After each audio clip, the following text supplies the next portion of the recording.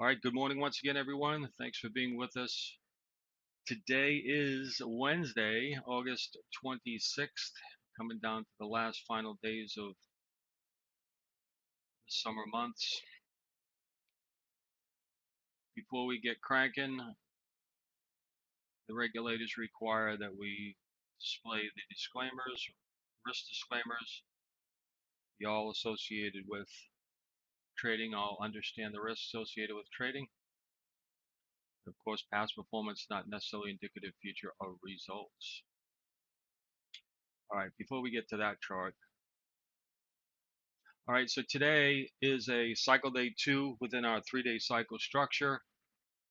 And typically on a cycle day 2, we're looking for some sort of balancing action. And in fact, the market has been pretty much doing that the entire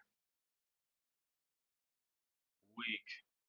So overnight, the markets would push either up to an area or down to an area. Then pretty much throughout the remainder of the RTH session turns into more of a balancing session. And again, we should not be surprised at this activity this time of the cycle, right? The summer months, the end of August.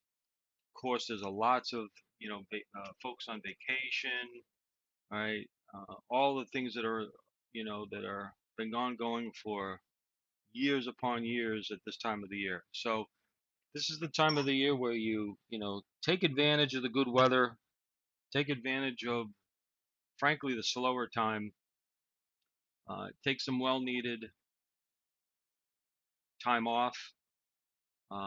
I myself will be taking partial of next week off, so my segment next Wednesday will probably be out. So do it F5 to refresh.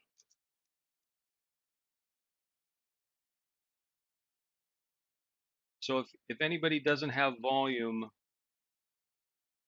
first thing you want to do is do an F5, and that will refresh your side. If it turns out that there's still issues, then I will refresh my side. Okay, so check that out. So today is a cycle day 2, as I mentioned. As you can see, over the past few sessions, we've just been in a balancing area. All right, the upside references to 7710s, essentially 15s. Okay, hold on a second. Let me try mine. Then stay with me.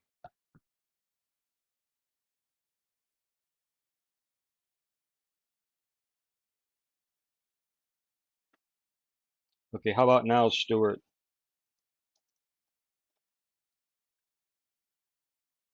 Check, see if Stuart has audio.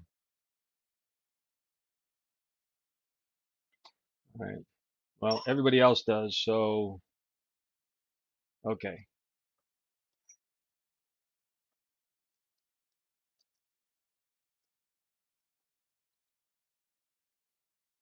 All right, we'll have to keep going here. Stuart will have to figure that one out with Marlon.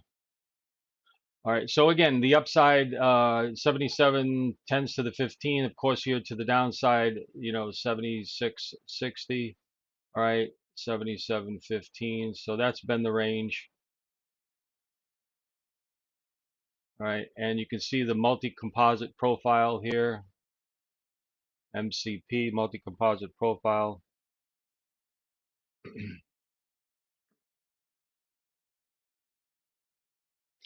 So what would the bulls need to do? All right, so there's your balance point, right, 90s. What would the bulls need to do? The bulls would need to, right, CNC, clear and convert, right, basically the upper value area here. And then again on the flip side, all right, initially CNC below the lower value. Those are the two initial areas, and then of course below that, right, and then above these highs here. So the outline is pretty well defined. Okay.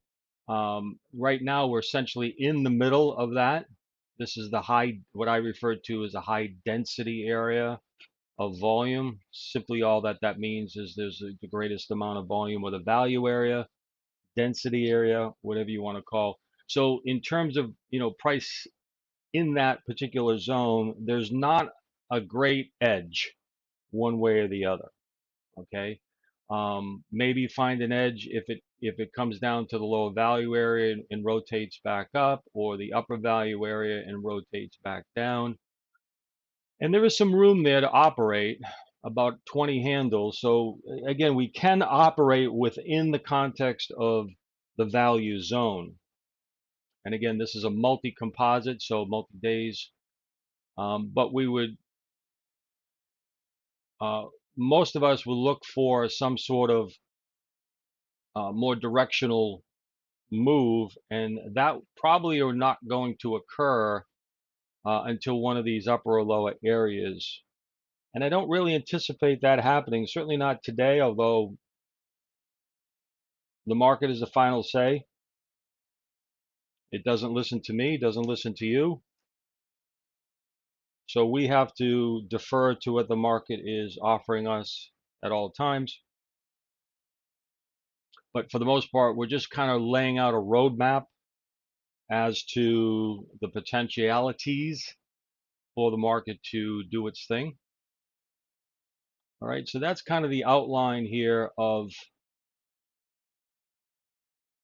today. And again, when I say cycle day 2 normal, what I'm meaning is more of a rotational, balancing, consolidation type day.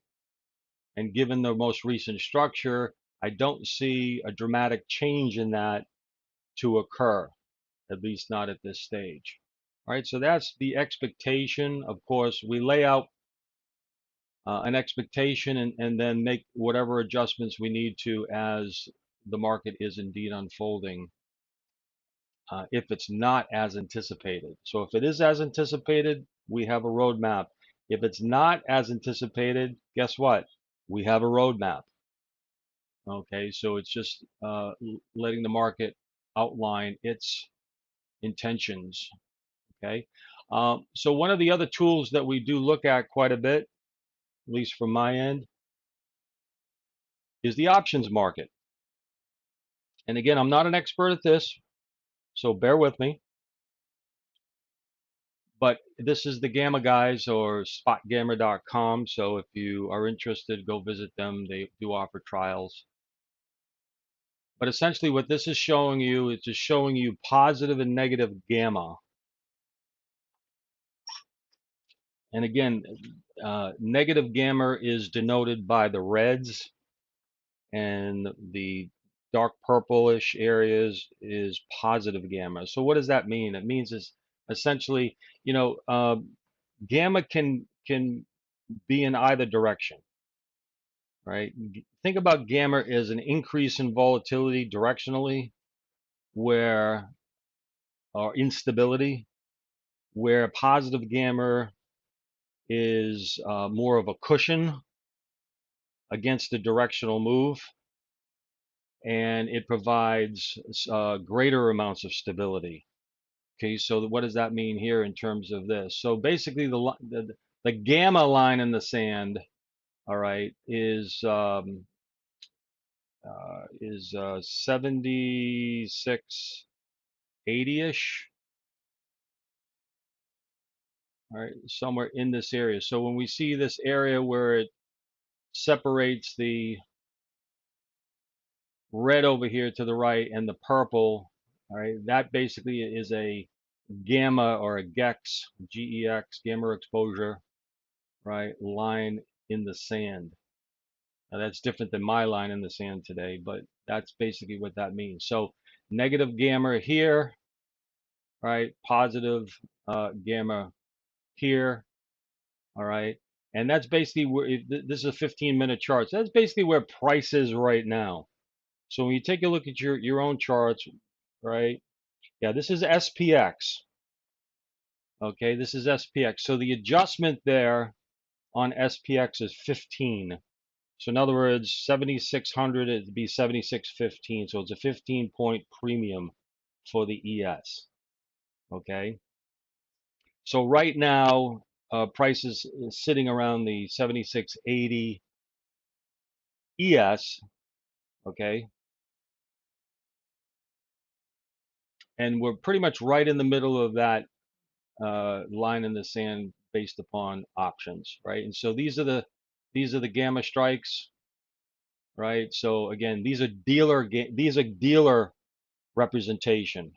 Okay, so the purple over here to the right, those strikes offer, in other words, if price starts trading down, okay, dealers get shorter, which means they can buy and support.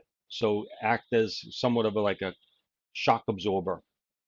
Okay. On the flip side, if the market starts ripping higher, right, the dealers get shorter. Okay, and they need to then cover to cover their exposures. So there's negative gamma to the upside, positive gamma to the downside. So what does that basically mean for us today? Is it simply we're looking at this area where we currently are sitting between 70 and 90. We should not be surprised now to see that the current activity is pretty much bookend between those areas. Does that make sense to everybody? So unless this changes significantly as the day unfolds, just bear in mind that if the market starts making a directional move in either direction, there's going to be some obviously options influence. But given today that the NVIDIA earnings are due out after the close, okay, and there's a fair sizable positioning against what the earnings will be, I don't think there's going to be a lot of directional move here today. At least that's my spidey sense, given what we're currently seeing. So we'll keep that, obviously in mind. Keep an eye out on any changes in the dynamics, and we'll continue on. All right. Any questions, comments about that? If not, we'll just switch over to our main charts here on our screens. And again, for those that are unfamiliar, we got a 750 tick chart to the right. This is our execution chart. Okay, as well as we have these. This is an ATR strategy over here to the left and right. And okay, here's our 5-minute and for opening range. All right, so those are the core charts that we take a look at once we've gotten the bigger picture unfolded, and we'll go to work here in a moment. It was nice to see the GEX plot. Thank you for sharing. Sure. Again, today was pretty good in terms of what it looks like. Sometimes it's not as clean as it appears, but the gamma exposure chart, I pay attention to that quite a bit. And again, what I'm looking for is, if the options market is pushing one direction, what's the influence of that activity, right? How are the dealers more likely to respond? What's their positioning? And it is in real time, so it's not just at the start of the day. That unfolds in real time. So it is, if you don't follow if you're a futures trader in any capacity, whichever, if you're not following the options market, it doesn't mean you have to trade the options market. If you're not following the options market and understand what's going on there, you're really missing a real key component of the market. All right. So, is it the tail wagging the dog type of thing?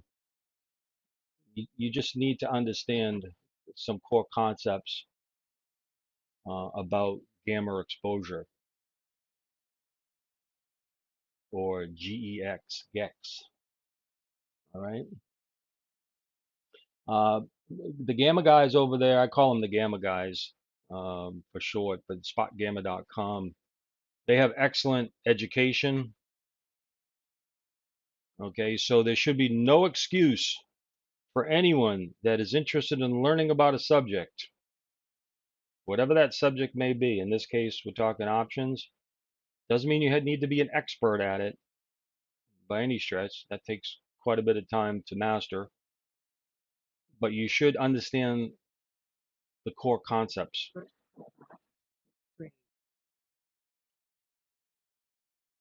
And there's plenty of free education and even deeper education if you want to go down the rabbit hole for any of these topics.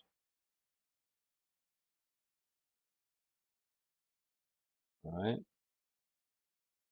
But guys, give me just a few minutes. I'll be right back. Just gonna help my wife with her computer, and I'll be right back online.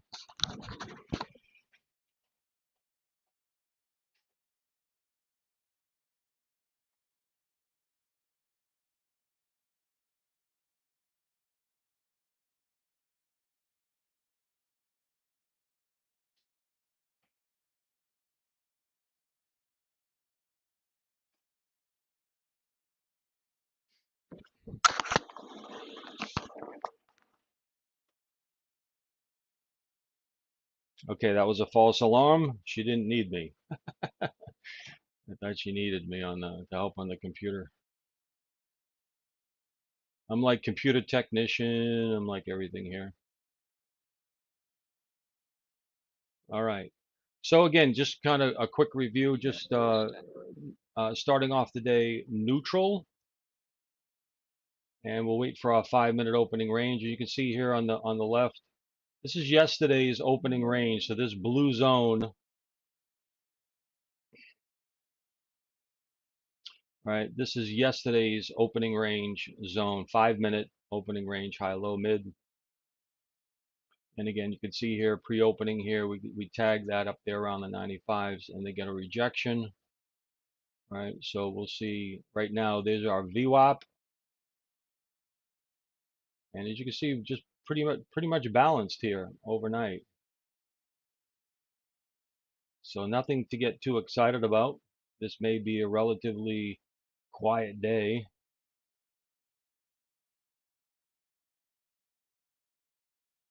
But let's see if we can get something, at least one or two juicy trades out of this.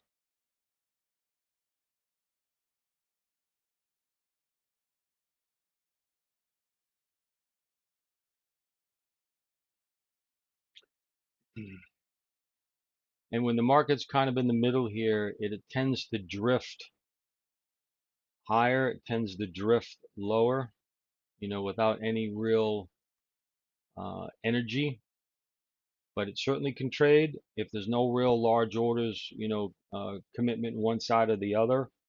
Then the market tends to drift higher. The aggressive people say, okay, we're going to try to push it, and then tends to stall, and then it kind of rotates the other way, and it's kind of back and forth. And that's pretty much what we've been getting all week.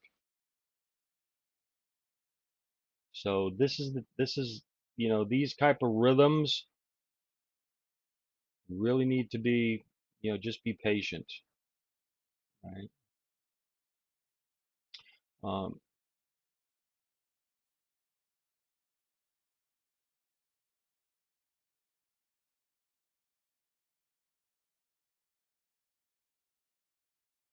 when they say patience is a virtue,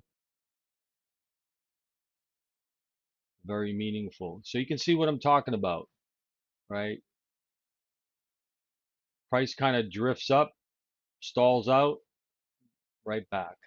And again, looking at the volume profile, okay, can help us quite a bit.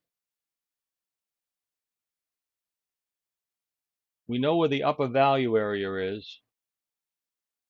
And then when prices auction up into that area, in order for this to break out higher, we want to see an explosive level of volume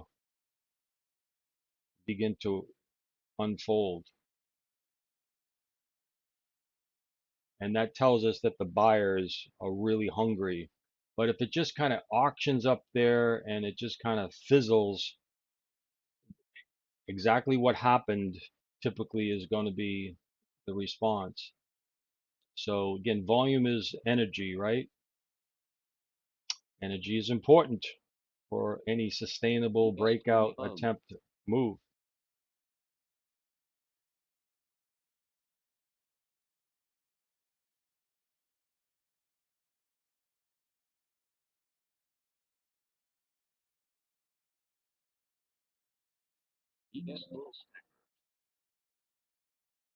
I have a diagram I'll pass along to everybody here. Some of you already have this.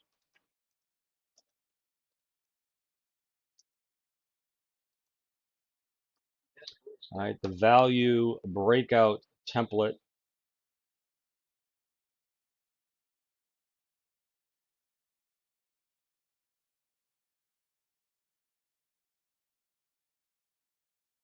Okay, everybody should get a copy of that.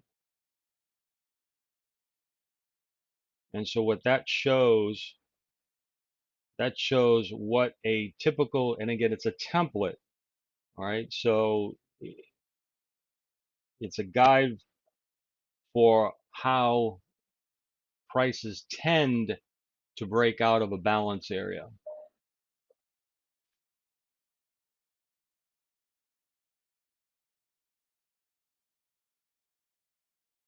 All right, so as you can see on that diagram,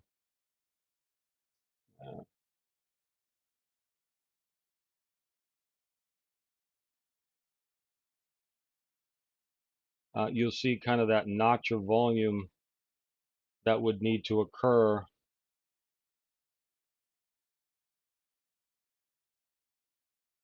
right to the upside. Making another attempt there right now. Let's see if that unfolds in a similar way.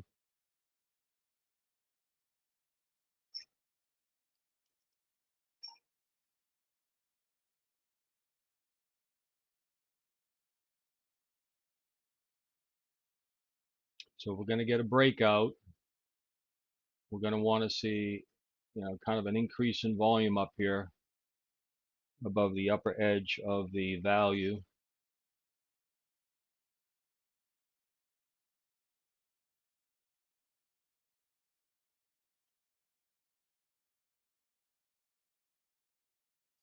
And if we don't get that, right, it tends to fizzle back.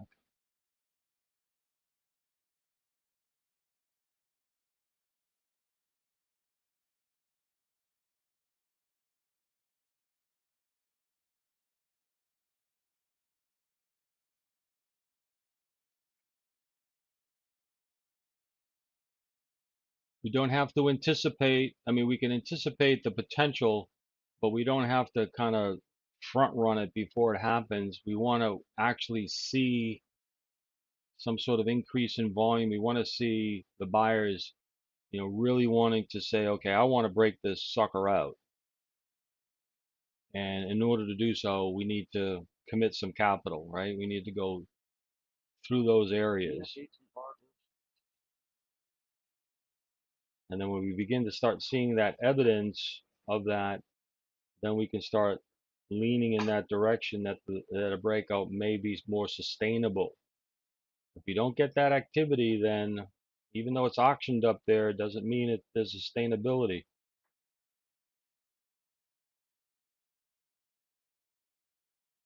Right? But we are looking for that as a potential move here.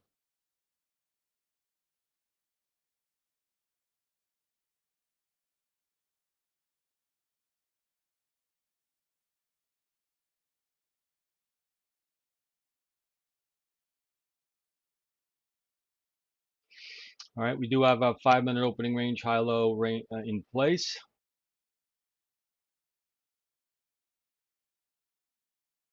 And now it's just, we have the outline, and now it's just a matter of we're waiting for something to unfold.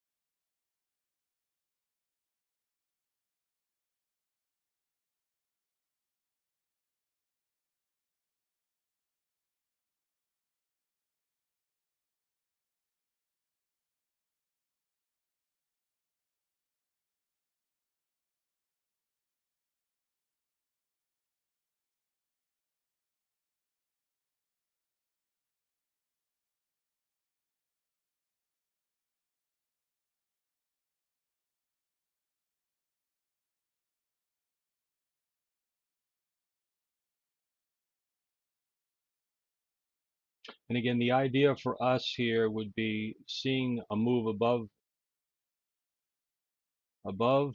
And again, I'm not concerned about missing an initial move up. In many cases, that's probably going to be the best miss, if any, right? Because if it pushes up and then it fails and reverses hard, okay, we're merely looking for the move up. Again, give us kind of some increase in volume, and then getting a somewhat of a shallow pullback on lower volume relative, looking for that to hold, and then the move back up. So that's kind of the core outline and what we look for in terms of kind of price structure. So right now it is leaning in that direction. So we're on the alert for putting something on here, but we're being patient with it.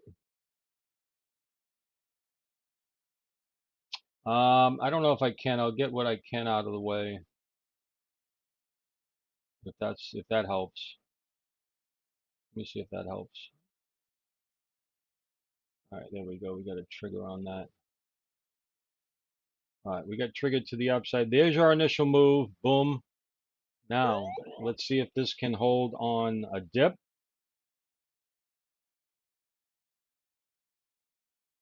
All right, so we want to see some larger amounts of volume start printing. All right, a pullback to around 90, 91, 92s could be playable here.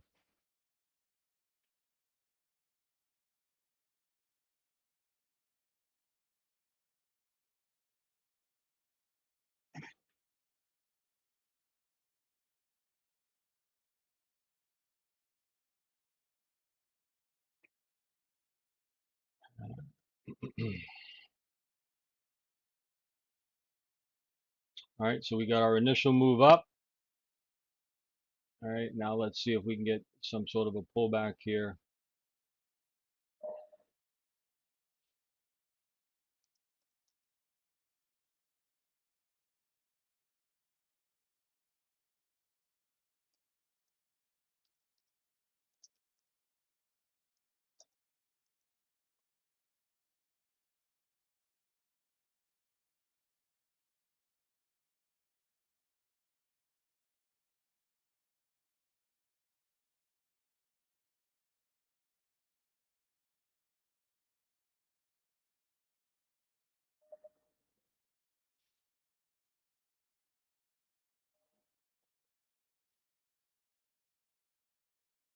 All right, let's see if we can get a pullback here for a long.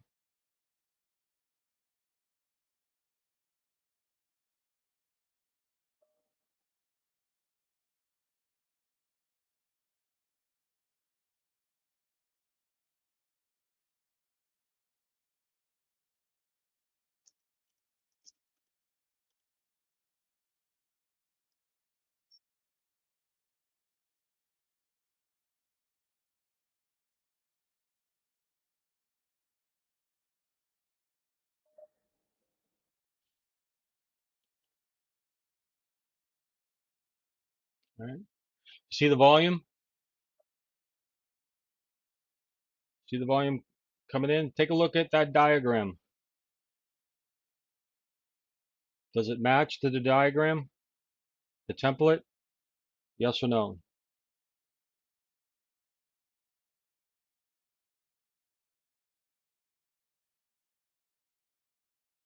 Anybody? Bueller? Bueller? Does it match the diagram?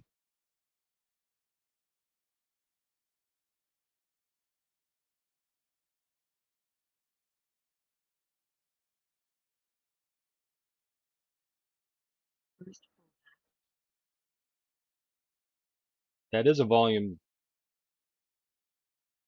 Yeah. It's a where it says a poor high, HVN.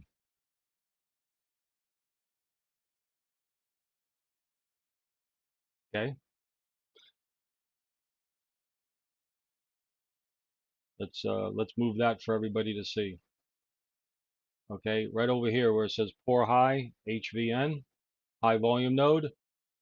Okay, take a look at the chart here to the right. Right, high volume node. Does that make sense now to everybody? High volume node, upper value area, high volume node. Okay, so that's kind of what we're looking for, right, in terms of price structure, right?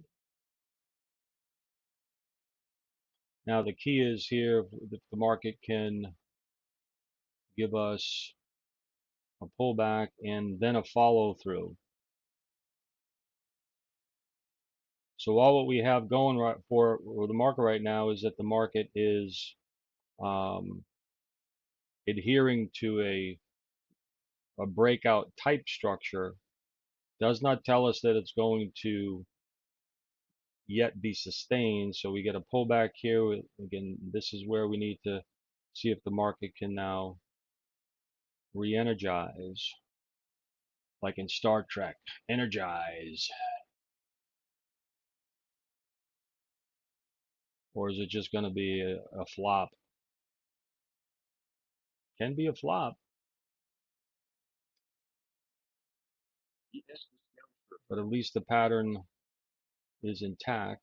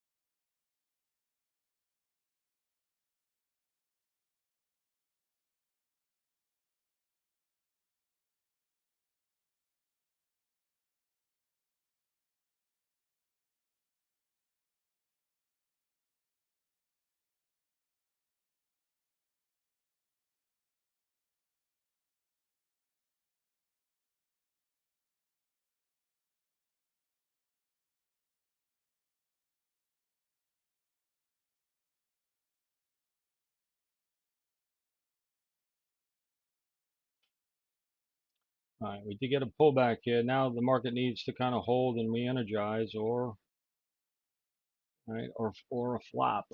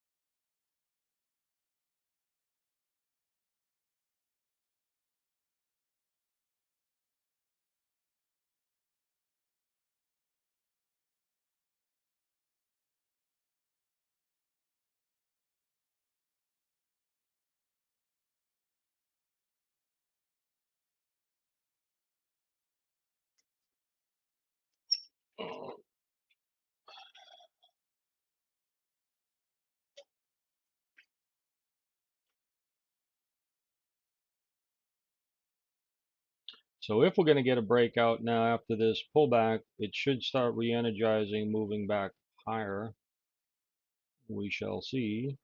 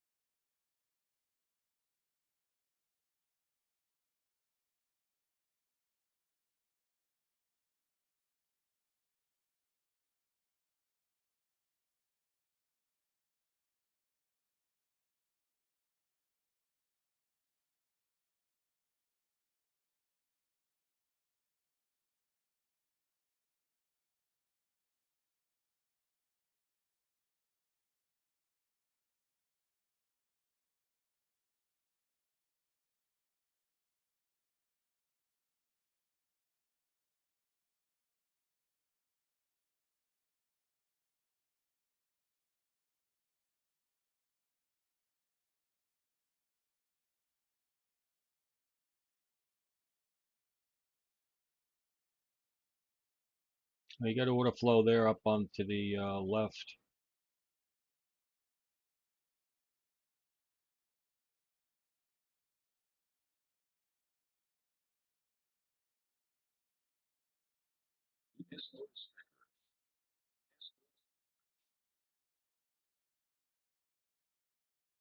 All right, we got one scale.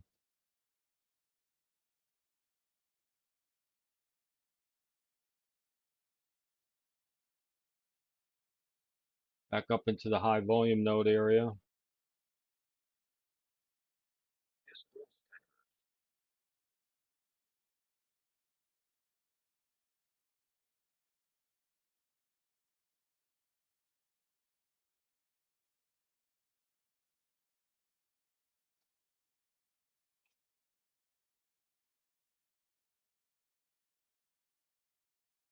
All right, our stops at break even now.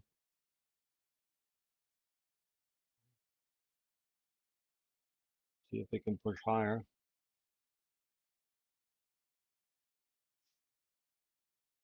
Come on, Seabiscuit.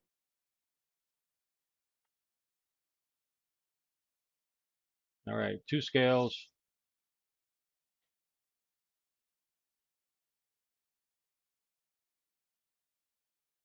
Right.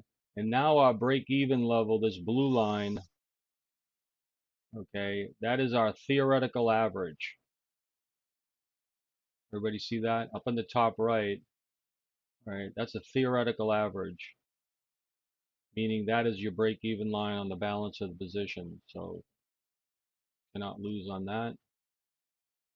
We'll bring our stop up to target 1.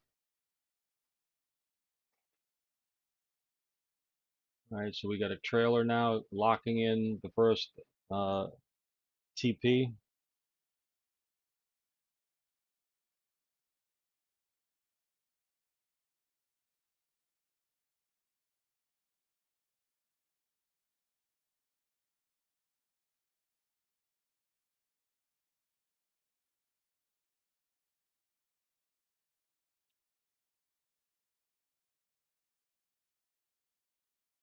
And if we can get above that high, we'll push it up and lock in the second TP.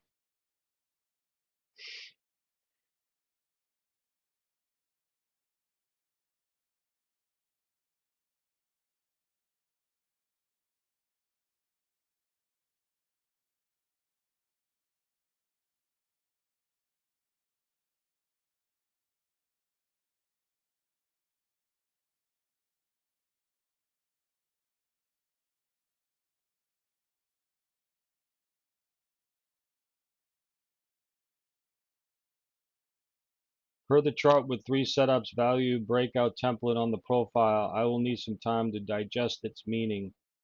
Absolutely, it does take time. All right.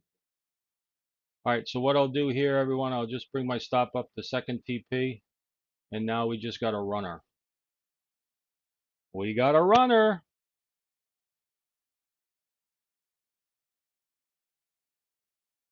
Everybody follow along with that?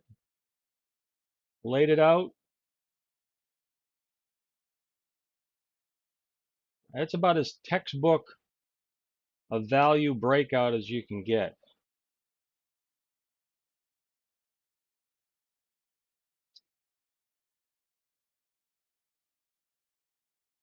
The structure was there, the template was there, the expectation then on a pullback followed by an additional follow through.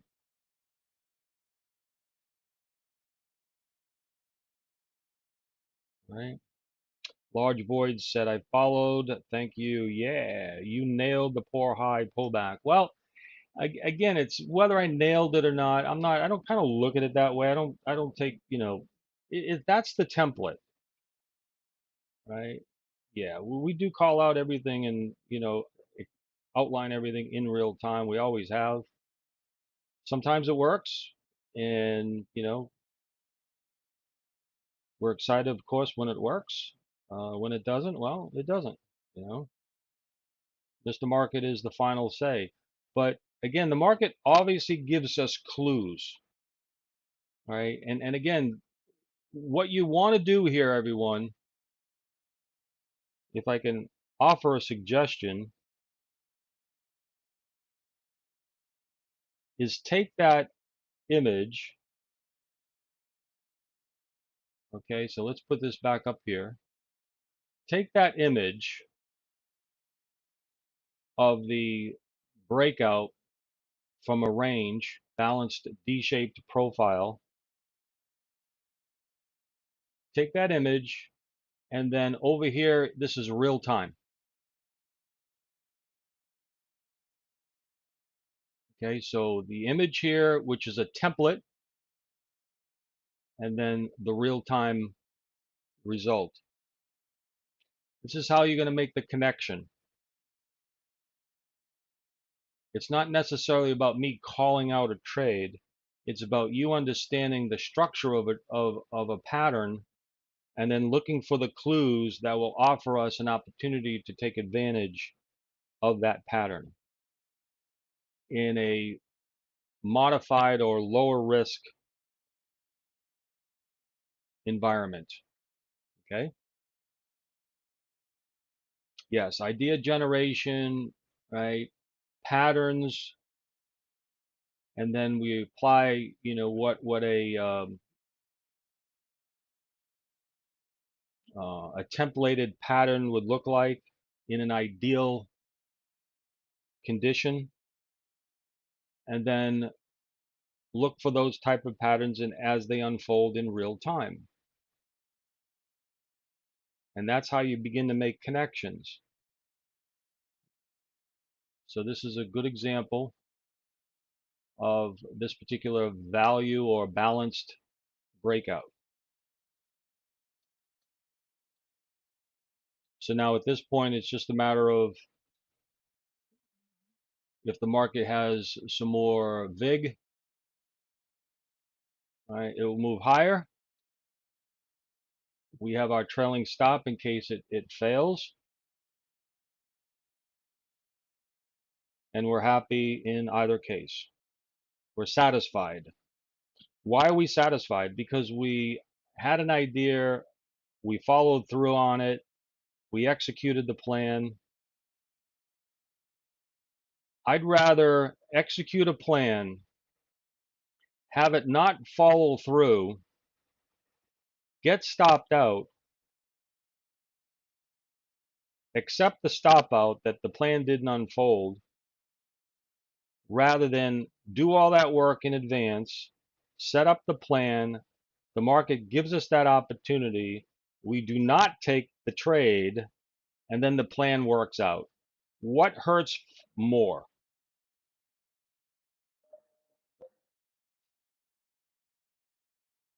Right? What hurts more? You got it, right? Doing all the work, planning it out, and then not taking the trade. Jeff Bezos talks about his regret minimization framework. Yeah, that's a great way. I never knew that about him saying that. But yes, you want to minimize, right, your level of regret.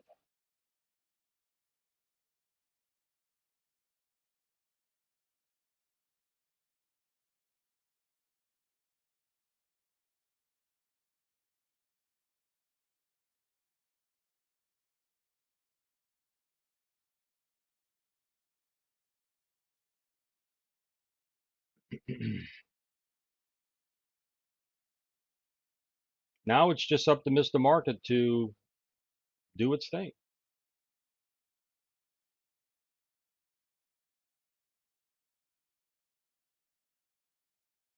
Why? What was the? So here's the question: Why did I take these take profits? Anybody would have any idea? Why did I scale out at these particular levels? Anybody offer any response to that?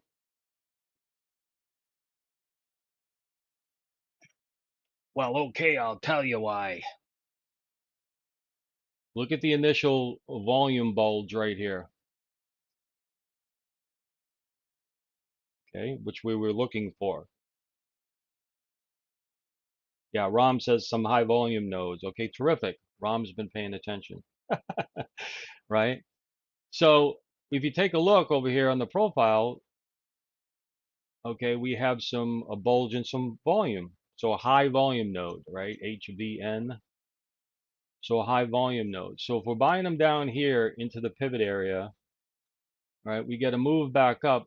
Well, what I don't know, of course, we don't know much of anything at this stage, but I can observe that there was a high volume area there.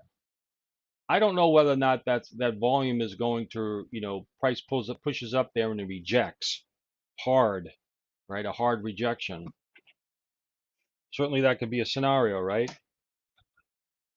So the idea there would be, we entered, into the pivot area. Okay. And again, I entered on the way down into that area. I had a limit order there, but you could have waited and entered on the right hand side. Either one. You mean, right?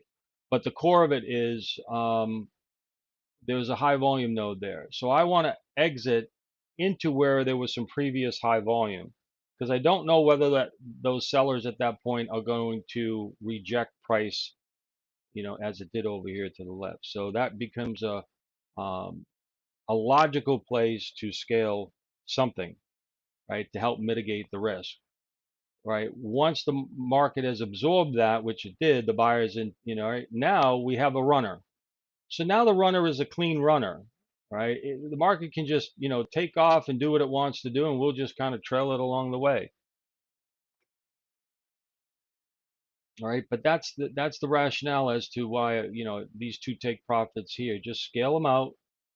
You had an idea, played the idea, and now execute the idea. I place stops beside structure where a sell delta failed, live action says, and there are sitting bids to depth ahead of my stop. There's still risk liquidity hunting stops, but this helps. Good. All right. Again, as long as you have some sort of a well-defined plan and you've seen kind of repeatable patterns, they could be a number of different, reasons as to why you would be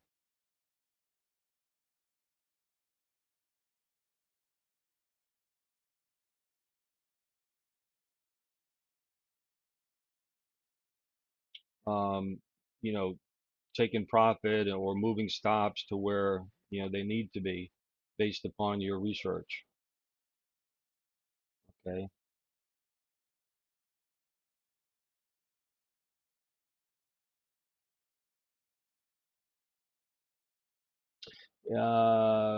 Why is my open P&L a factor? Oh, you know why I'm the other day, I never turned it back actually. The other day we were talking with one of our members here. We had set up the trade symbol. We wanted to trade micros, John. Okay, so I don't know if you were here that day. So yeah, you recall. Okay, so we had set this up to micros. All right, so I never changed it back. All right, so yes, these are micros, by the way, just for full transparency.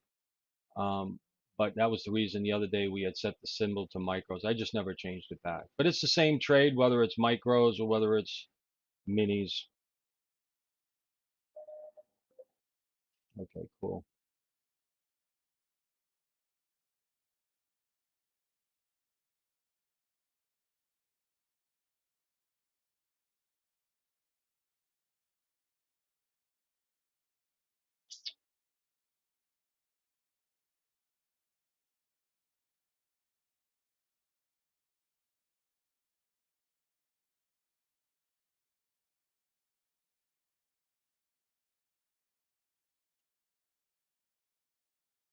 Yeah, it would have been nice if it was minis, but it doesn't really matter. I mean,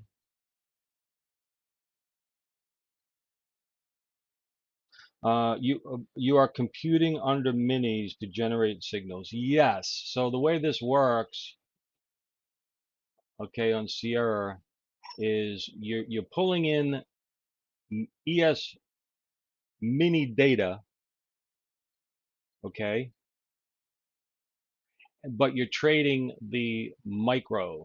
This way this is set up, configured, okay, because as you all know, if you were to set up a micro chart on its own, the data is horrible. Okay, it doesn't match what the minis trying to change the size of the chart. I've done that in the past. And then Sierra chart in their infinite wisdom.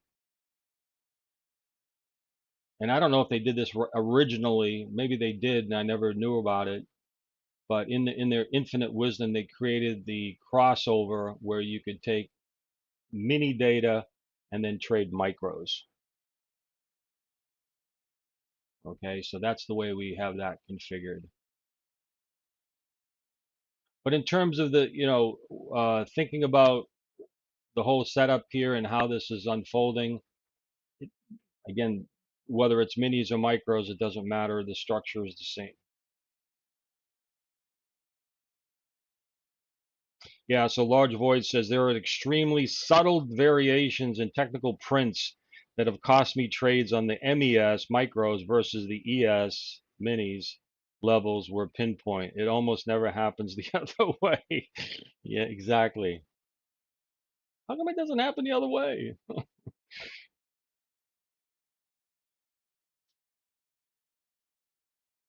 Yeah. So this is a way of, and again, if you're using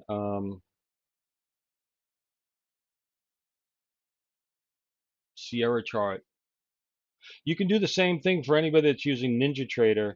It's a little bit different, a little bit more involved in how to set it up, but you can set it up, very similar, where you're trading micros, but you're using ES mini data.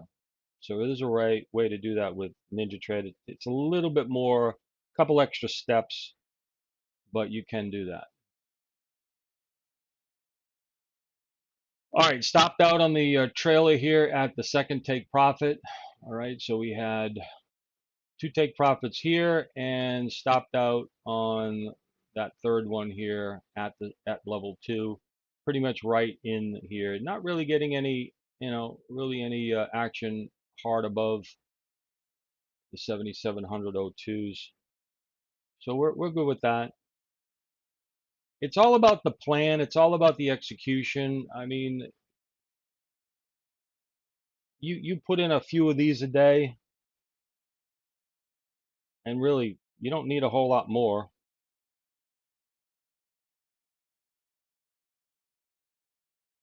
You can always look back and say, well, I guess I should have managed it differently. Again, at this point, what can we do? What would be our option if we wanted to do, right? If the market started to move higher again, get back in, right? If you want to reestablish a long, just get back in and then manage it like it's a brand new trade.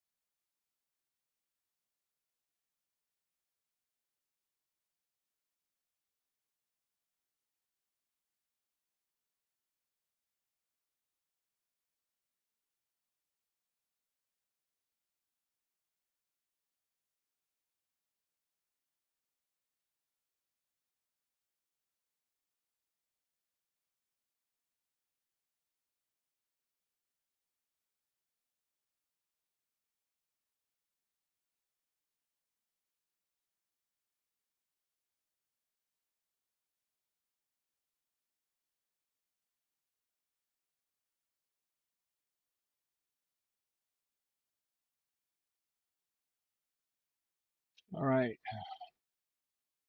So did we do the proper thing for the time being?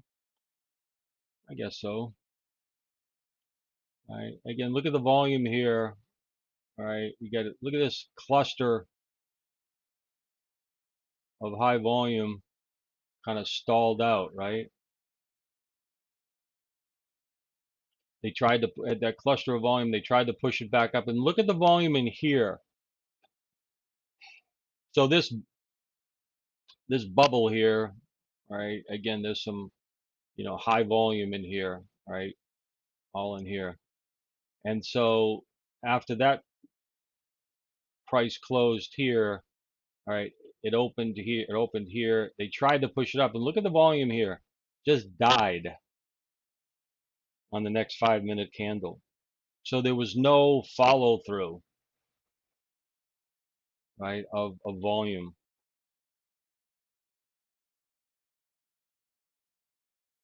So that kind of put a kibosh, as my grandmother would say, put a kibosh on that move up.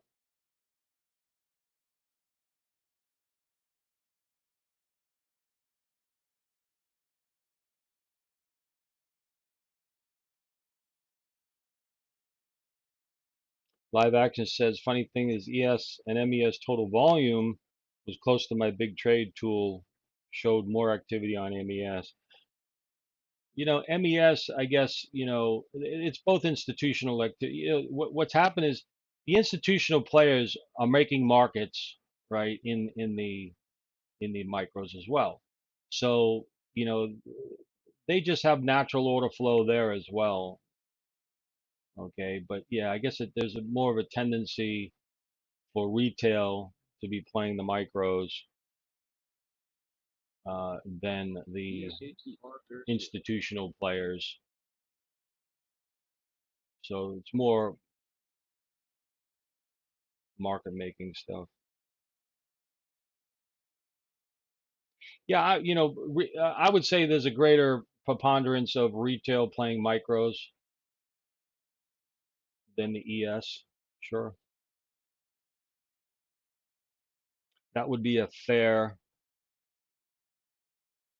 comment.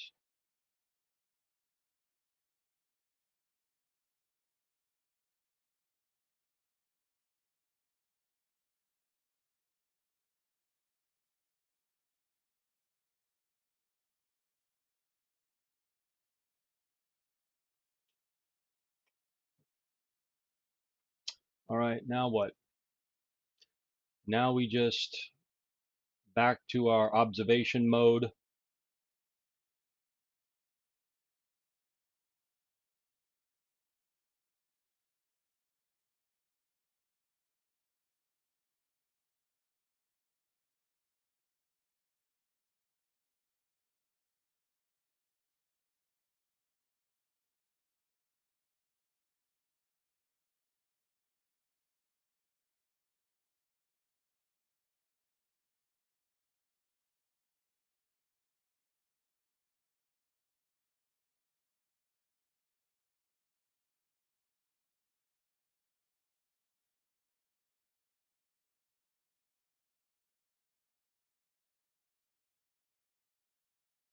John says he snagged the Barbara Lopez trade. Barbara's in the room today, by the way. So we get the Barbara Lopez trade underway.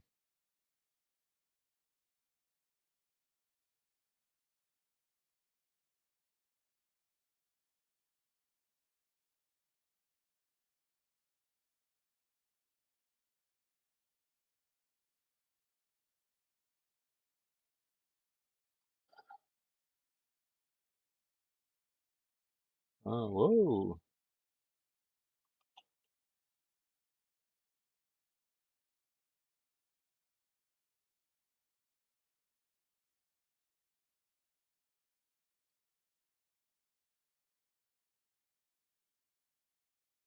whoa. Hey, Barbara, check the symbol on that particular chart. Looks like you have an 8-tick reversal chart.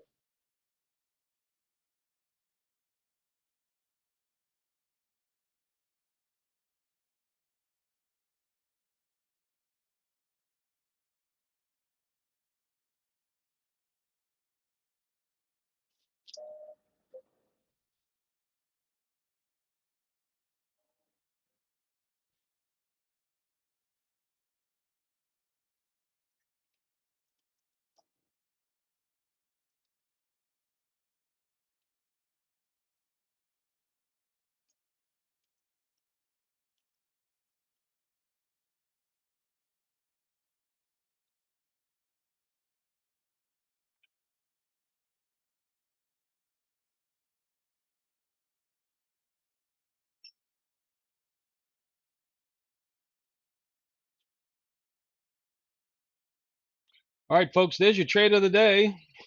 That might be the only good trade of the day. And we did it live, never Memorex.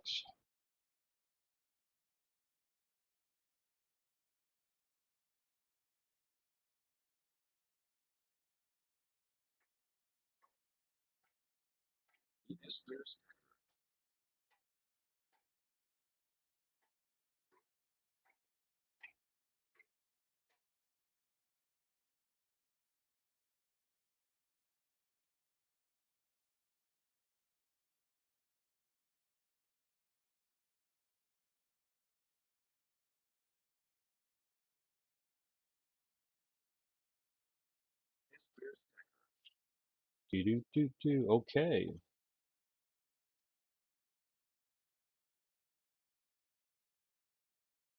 Okay, guys, we're done for the day.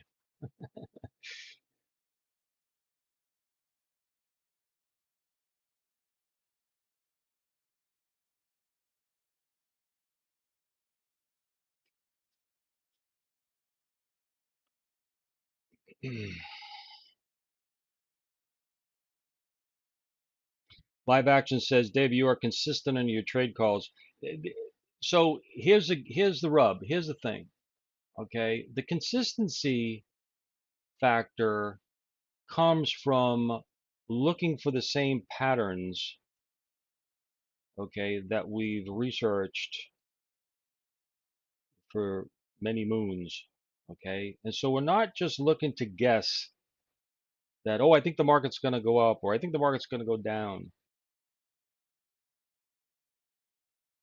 Because when you're into the guessing game, it's not going to work. Yeah, it may work occasionally, but ultimately it's not going to work a long term that is. So you have to have structured patterns that have been researched. And then when those patterns unfold, again, as this example is today, now it could be another trade, another example, another pattern at some other point. This today was this one. That's why we have a playbook. Okay, so how many of you have a playbook? I know many in the PTG community are in the process of building a playbook. I have a playbook here, PTG playbook.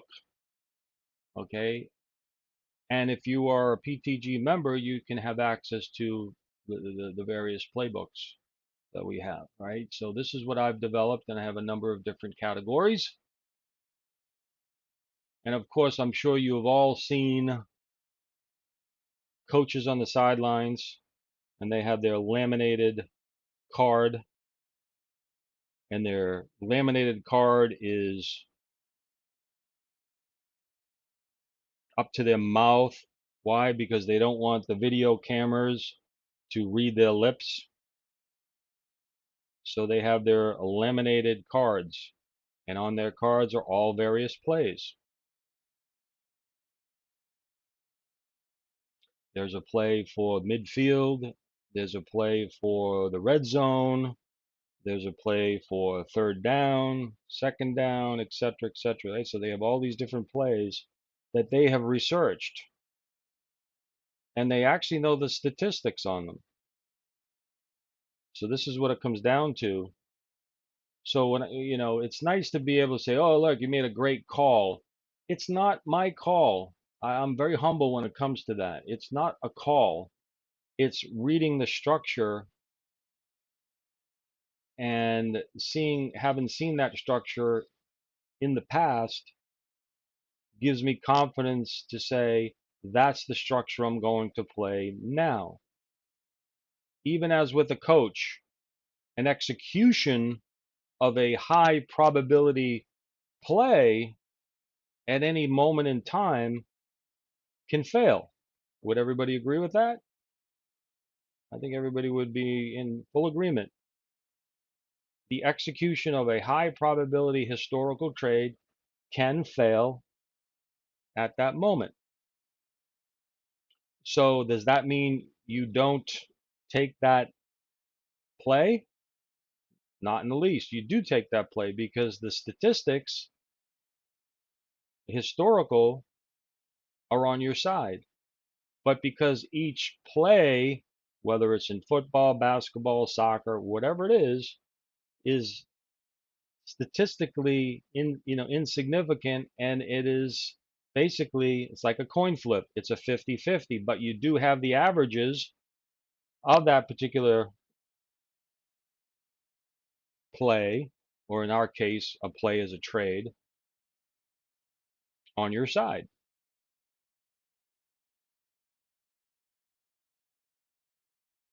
Okay. Yeah, even LeBron James can miss a layup shot. Sure. You know. So that's the core thought process when we're trading. All right.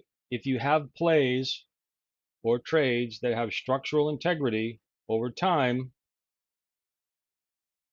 over a large sample of trades, you take that trade. That's it. There's nothing more to think about.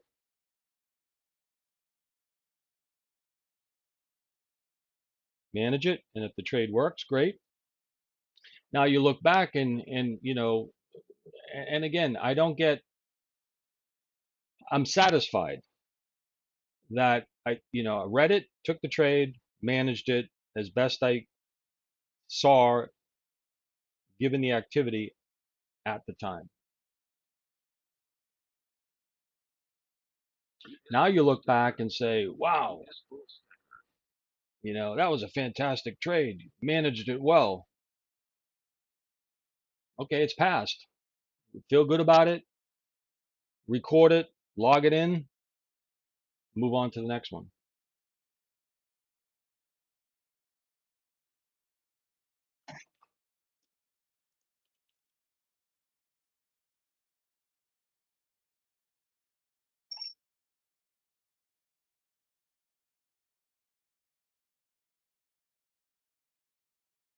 All right, John's Barber Lopez reversal short is playing out dramatically.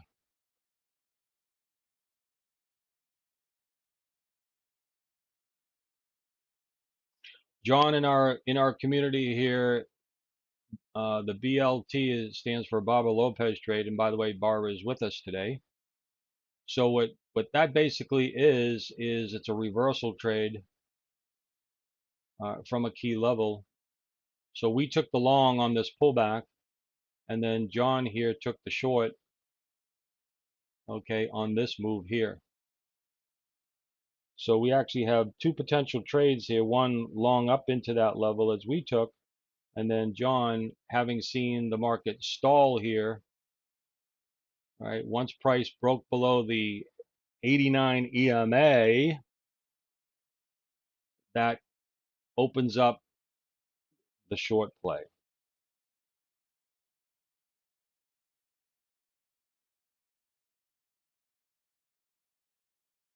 If you guys want to learn anything, kind of a core play for what we look at is the 89 EMA. All right, I'm going to give you a little 89 EMA. Master the 89 EMA, and you're going to thank me.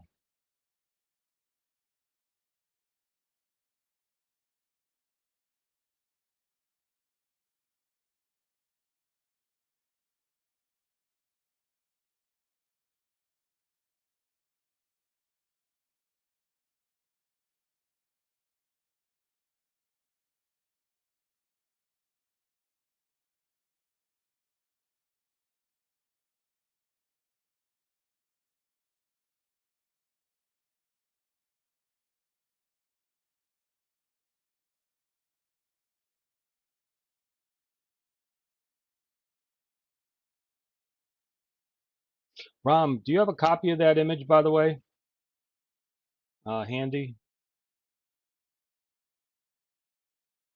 on the 89?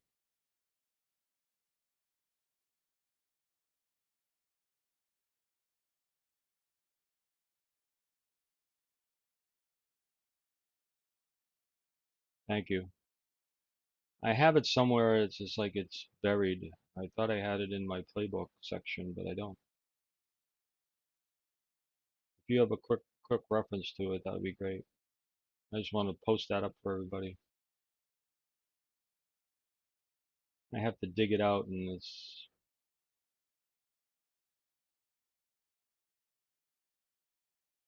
it's buried deep somewhere.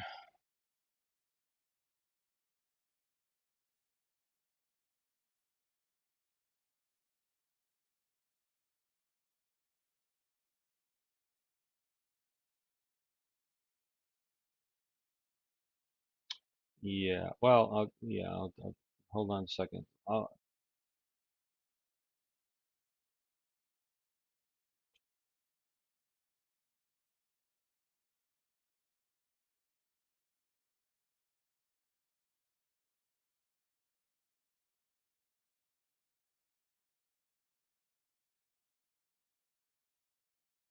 Ram, I did find it. If you haven't yet, I did find it.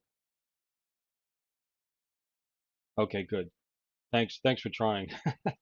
I had to dig deep. I found it though. So here, guys. All right. The 89 EMA. I got kind of a little image meme about that.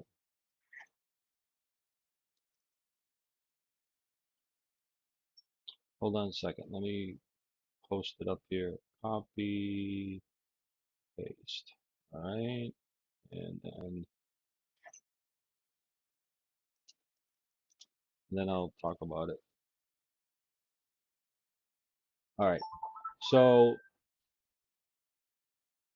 let me post it. Let me basically post it up here for everybody, so it's on the recording. So for us, this is something that I've used for many years. Is trading rules. All right. Again, these are core trading rules. Right. There's obviously modifications to everything, but basically the core trading rules is I'm only looking for longs. All right. When there's a rising 89 EMA, and short only with a downward EMA.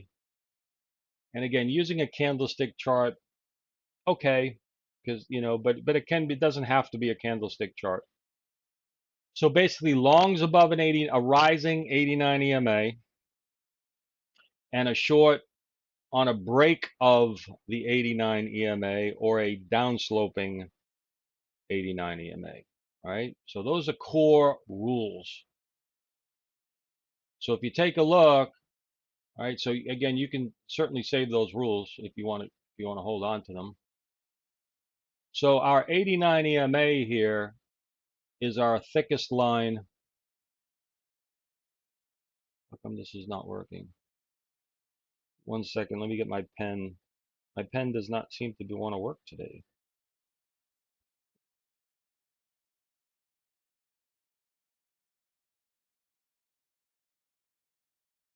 All right, let's see if this version works. Okay, yeah. So this, the 89 is the thickest line here. Okay, everybody see that on my charts? So essentially, we got a shift in the 89 right in here. So downwards here, right, to upwards here. So based upon that, right, prices moved up, it's come down, it's reclaimed it, and now it's holding above that 89 EMA.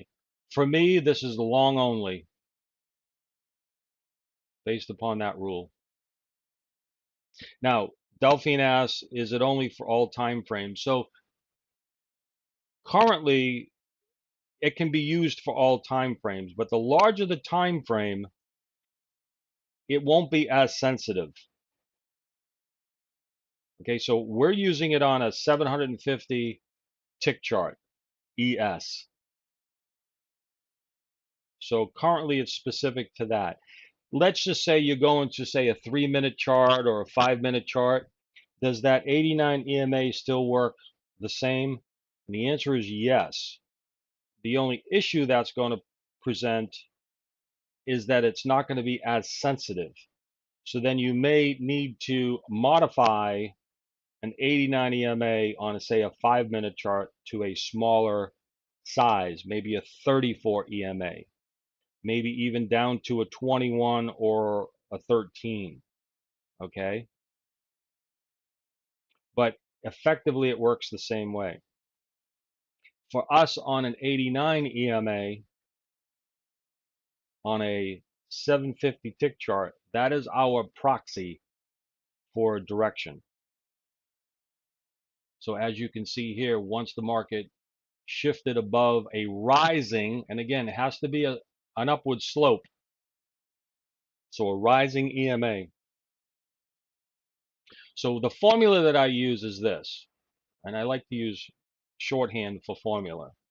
So if price is greater than an 89, we'll put EMA so we can, right? And I'm going to put an up arrow. So what does this mean? If price is greater than an 89 EMA and the 89 EMA is rising, so that up arrow means a slope. Okay, this equals the longs. And conversely,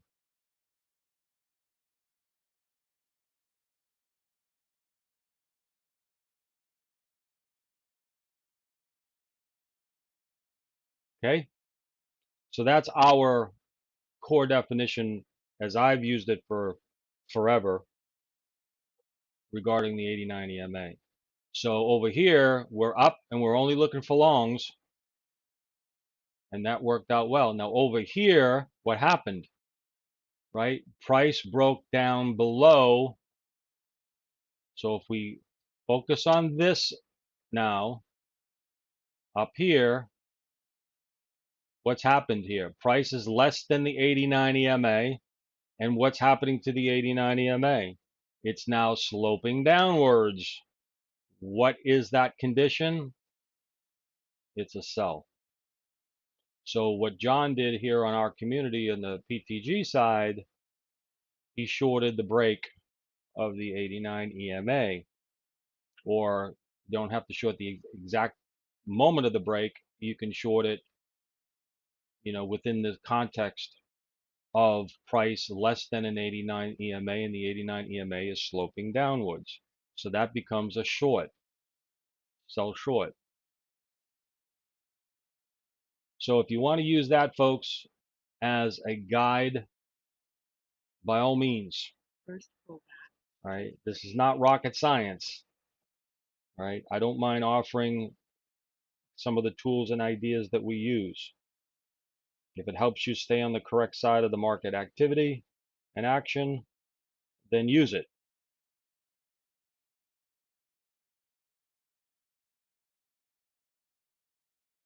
Sometimes simple. The core premise of what we do here since the very beginning has always been to stay in alignment with the dominant force. That's easy as said, but you have to define, well, what does it mean by staying in alignment on the dominant force? So for our purposes here, using a 750 tick chart,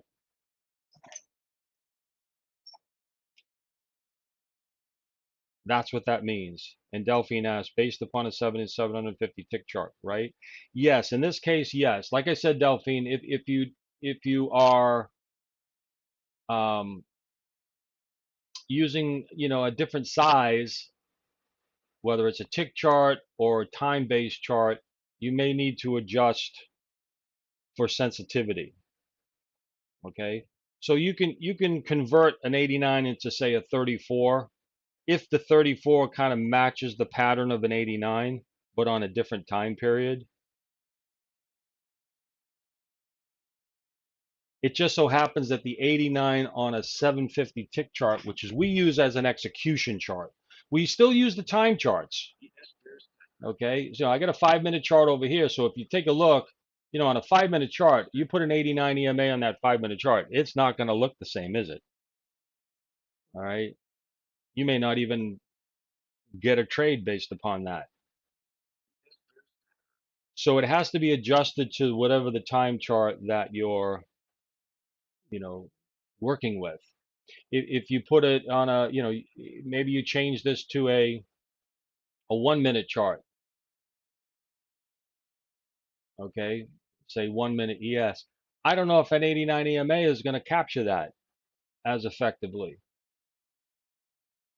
Maybe you need a 34 or even a 55 or maybe something lower, maybe a 21 EMA.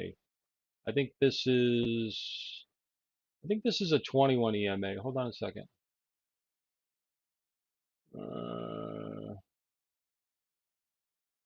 Yeah. So let me just adjust this for a second. Make this. So on a 1-minute, all right. So on a 1-minute ES, that's a 21. All right, 21 EMA. See what I'm saying? Right. So for this move up, that captured pretty close to the 89 EMA that we were using on an ES 750 tick. And then when it broke below that, okay, there would be your short area.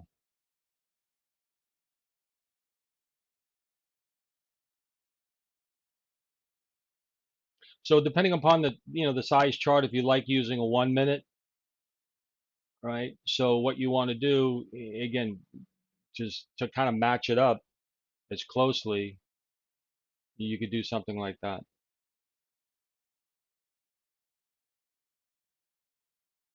The core of it, regardless of whichever the size EMA that you're using, what it's designed to do is to define what side of the trade you're leaning on. That's all it's doing. Because it's an 89, it's not necessarily, oh, the 89 is magic because it's a Fibonacci number. I tend to use Fibonacci numbers in that regard, yes. But regardless of the EMA, it's not the value per se, it's how you're using it. What it's being used for. What's the definition? Is it helping me stay on the correct side of the market? Yes or no?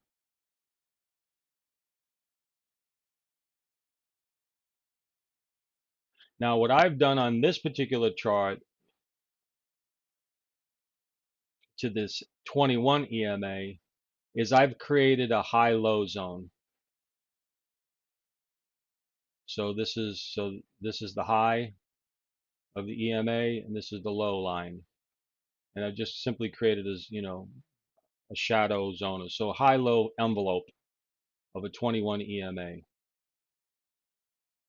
That's all that is. Right? So that's the high-low. So the actual EMA, right, is in the middle of that zone.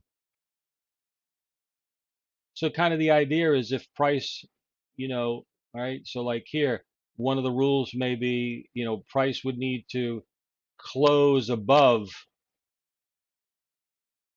a full candle close above the high of a 21 EMA. Not the EMA itself, but the high value, high bar value. So that could be a rule that you could create for yourself as an example. Right? A short would be a wait for a close above or below, or a long rather, would be a close, a full bar close above the high EMA. In other words, you got to create some sort of, rules for yourself using the various tools. So things like that help guide you instead of just being, oh, I think the market's going to go higher or lower. EMAs have been around since the beginning. They're such an easy, sometimes people look at EMAs like, yeah, they're so easy. They're, it's, oh, those are for beginners. No, they're not. It's in how you utilize them. And I can assure you, in how you utilize just a basic EMA is not a beginner, because the beginners don't know how to utilize them. It's when you start really understanding price action and saying, okay, the fact that it smooths out price, there's the advantage. People think that many times that is, such a beginner thing. Well, they would be foolish to think that.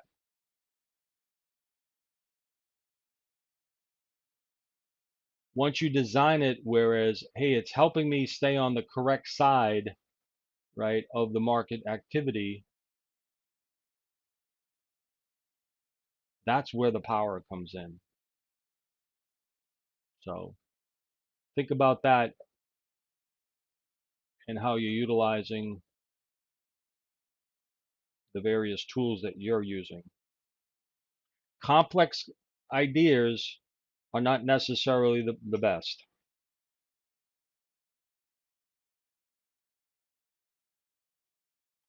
Everybody's heard of the acronym KISS.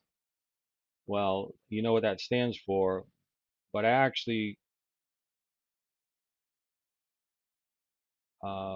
refer to the KISS as keep it simple, smart,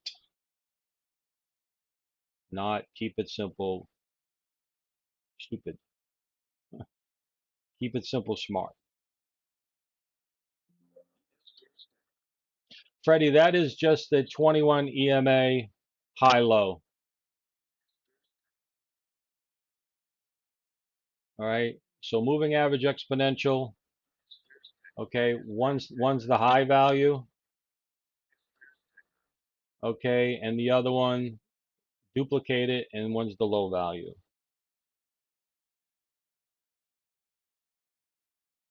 That's all that is. I don't have the EMA itself, right? All right. So let's just put the EMA there for hoots and hollers, right? So let's see. Let's duplicate that. Okay. And we're going to make it the close. Where is it? High, low, last. Okay. All right. So I just created the actual EMA. So it just is your EMA. All right. I'm not using the last. I'm just using the high low. All right. So that's the last. So I'll get rid of that. And I'm just using the high low. I prefer to use the high low. To me, that's more significant. Just for my own purposes, I think it's more significant. It's more meaningful. A high low of an EMA. And then you just, when you do it, you create that, and it creates just a band, an envelope.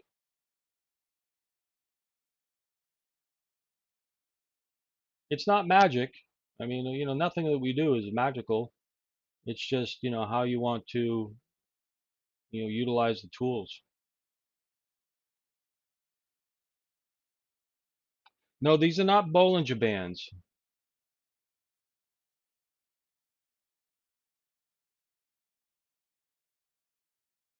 They're not Bollinger Bands. I mean, you could use, see, okay, so let's put a Bollinger Band on here. All right, what is it? 21 is the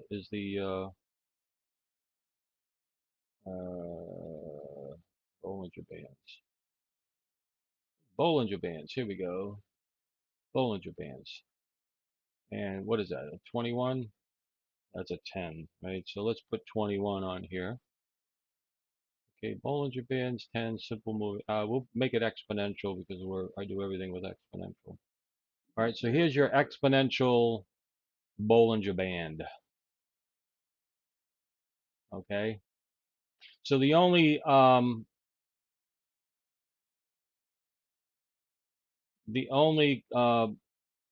match is the actual EMA. So it's 21. So that's the only thing I'm matching. So there's your Bollinger Band high-low edges.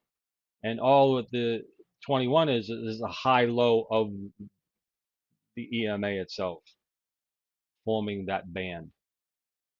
So if you like using Bollinger Bands for that matter, okay, you could use a high-low 21 EMA like we're doing here. Use your 21 Bollinger Band, and now you have a band within a band. All right, so you can see that the volatility is compressing here. That's a 2 standard deviation Bollinger Band.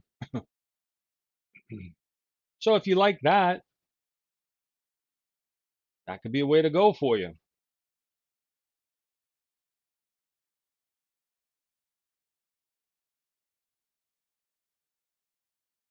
There's just an unlimited really amount of things that you can do.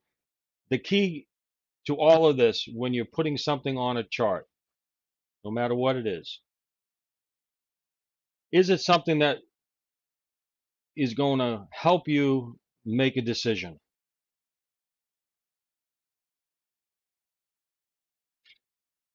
How are you going to use that particular tool that you've just created? Bollinger Band. I don't use Bollinger Bands. Doesn't mean they're not effective. I don't use them. I know what they are. I know how to read them. I just don't use them. If that is information that you find important, then use them. But just to have it as a nice thing to have on your chart,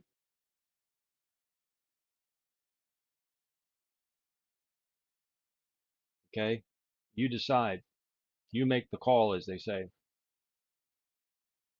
But when you do, you have to then look and back test it. What patterns does a particular Bollinger Band offer in terms of helping you make a decision? Do you know? Have you done that research? So I can never say that something is better than the other. I say do the research on it. If you find that there's efficacy in a particular indicator that's really helping you make a decision, and not just one or two instances. Oh, I saw this, I'm cherry picking, this. Oh, see, what I do is when it comes down to the lower band here, I take a long, and then I'm up at the low, higher, I'm going to take a short. Okay. I mean, you can go back and do that. All right. So you have to just do that research. When we're outside of them, we have to be cautious. Why? What's the definition of cautiousness when you're outside them? I'm just asking a rhetorical question. You don't have to answer me. But this is how I was taught. This is how I was taught, right? If somebody makes a statement, all right, about whatever it is, okay, I'm not going to just conclude that your statement is true or false. I'm not going to make it, I'm going to say, okay, you made a statement. Show me what you mean by that. And then what's the kind of the back is particularly in trading, what's kind of the historical back test of something like that? Or is it just, oh, I read it in a book somewhere to, I'm not questioning you, Delphine, by the way. I'm just, it's more rhetorical, right? So it's the idea as well. Also, when it's pushing outside the band, right, like this, or riding up the band, well, volatility is expanding, no?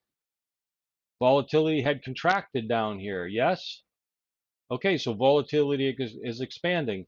Well, that volatility could simply mean that it wants to go higher. And yes, it could push outside that band quickly. Now, I would not necessarily want to short that, but there may be an opportunity to short it if it comes back inside the band. Again, you have to kind of create rules to that, right? And back test it. But certainly, when prices push outside the band, right, there's opportunity for the price to come back inside the band. Well, how deep inside the band? Well, whether it's a daily time frame or a 1 minute chart, it doesn't matter. It's going to be read the same way because a chart's a chart's a chart. All right. So my point to all this, everybody, is not to have an argument of whether or not Bollinger Bands works or anything like that. It's just simply whatever the tools that you decide to use, understand them, the construction of them, and identify repeatable patterns. Repeatable patterns, not just a pattern. If you identify a single pattern, well, how repeatable is that pattern? That's where most people, and I would say most, will not go deeper. They won't do the deeper dive. They won't do the research. For whatever the reason, I could offer reasons, but I won't. And it's perhaps easier for most people to hear something or read something or watch a video that isolates a specific example and then conclude heuristically that that's it, that's the magic wand, that's the one I've been looking for my entire trading life. Sorry to disappoint you, but that's not the case.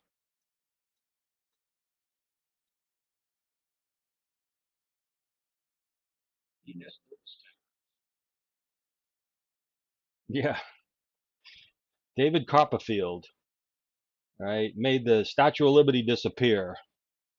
Did the Statue of Liberty actually disappear? No, it's all an illusion.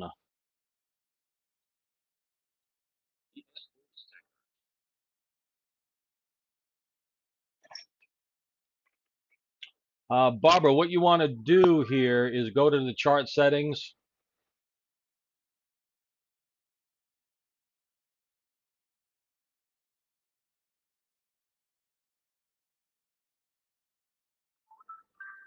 Go to bar period. So let me write it out. Chart settings,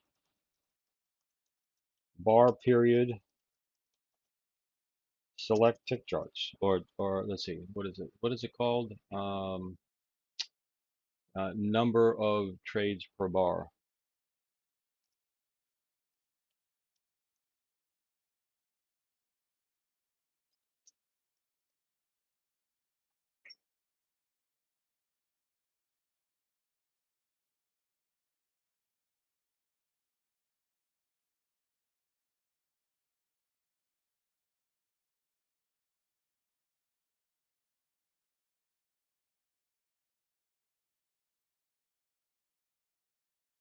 It's all an illusion.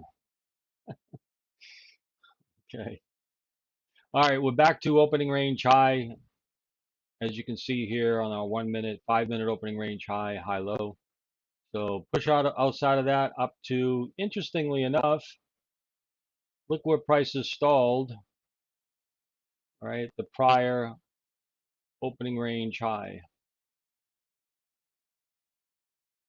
That's why having, identification of prior ranges from this previous session can be extremely helpful. So all the price did was, open, move higher, and then stall out at yesterday's opening range high.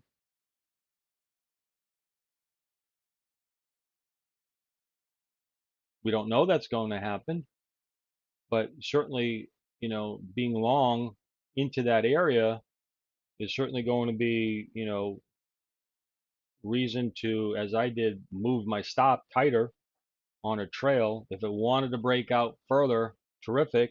If not, the potential was for a rotation back down into the range. So I want to protect myself on that scenario.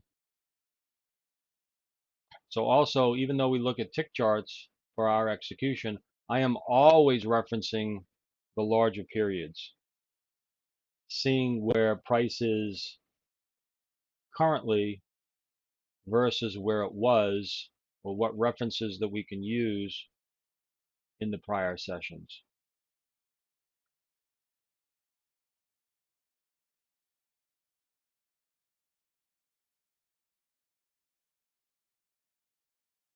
All right. Let me know if you have any further questions, comments. I'm going to take a short refreshment break, and I'll be back in a few minutes.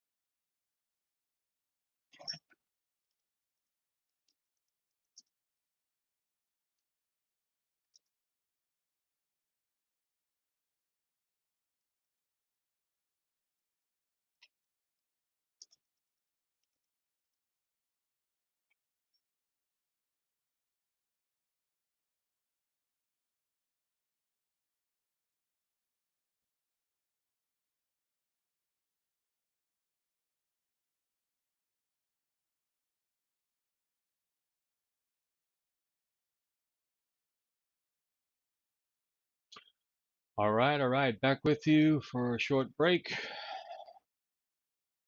All right, let me know if you have any questions, comments. We're still in a cycle day 2 balancing phase. Looks as though the profile here is pretty much that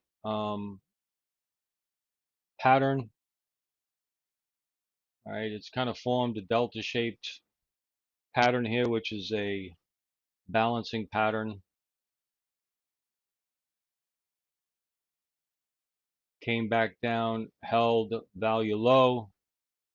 All right, nibbling its way above currently value high. All right, we'll see if there's any sustainability now above that value high or retest of the high. That could be a play. Other than that, maybe it's a false move. All right, we come back down into deeper into the current value.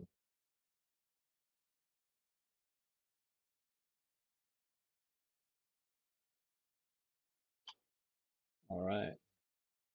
Stick around today. Danny with an I is on deck at noontime, I believe. Now, again, I asked this question last week. How many of you have jumped on board and taken advantage of the Pitbull Traders evaluations promo? Big deep 40% discount. Okay.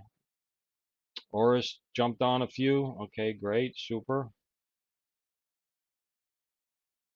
How about anybody from the pit room? Delphine, you have been considering it. I don't want to point fingers at you. I'm sorry if I am, but I know you have mentioned you were interested in doing so. Anybody else from the pit room? Again, remember, the idea here is, if you do like what we do and everything else, again, we're giving quite a bit of insights into how, the various contributors trade, ideas, etc. We don't call out trades naturally, but you'll see what we do live on screen.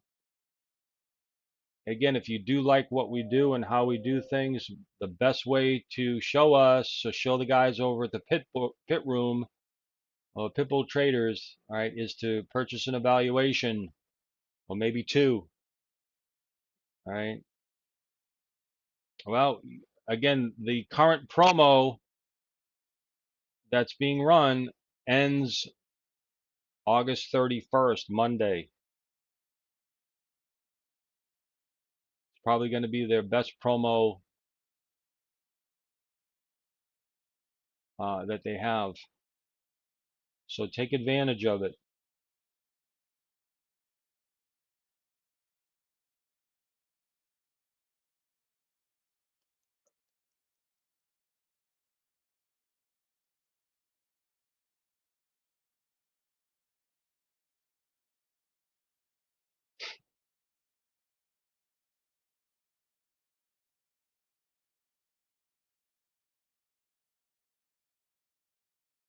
John, you're going to have to check out as to why. All right. I don't know about that particular aspect of it.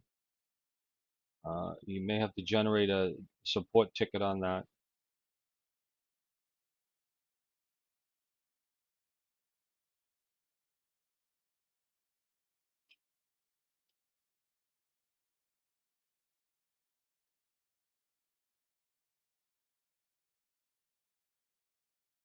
Yeah, so large voids. What I would say to you on that again, if there's any questions into how to do specific things like configurations, like you're asking, all right, the response would be, or at least is to just ask that question. Send it to support@pitbulltraders.com. You should get an answer back from them. So support, you just write that in. Support@traders.com. Ask that question. Yeah, send an email.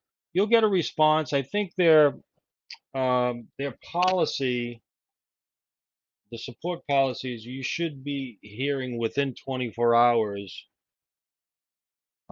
They don't have live chat. that's going to answer you immediately, but that is, you should get a response from them. So please send it there. Oh, not bully traders. I'm sorry. Don't.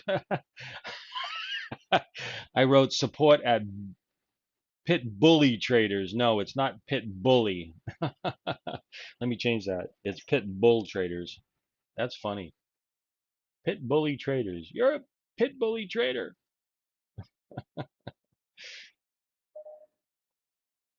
You're a Pit Bully. Okay. So pitbulltraders.com.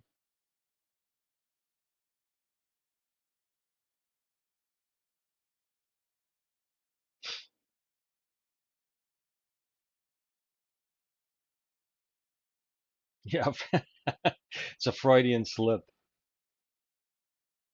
You're a pit bully.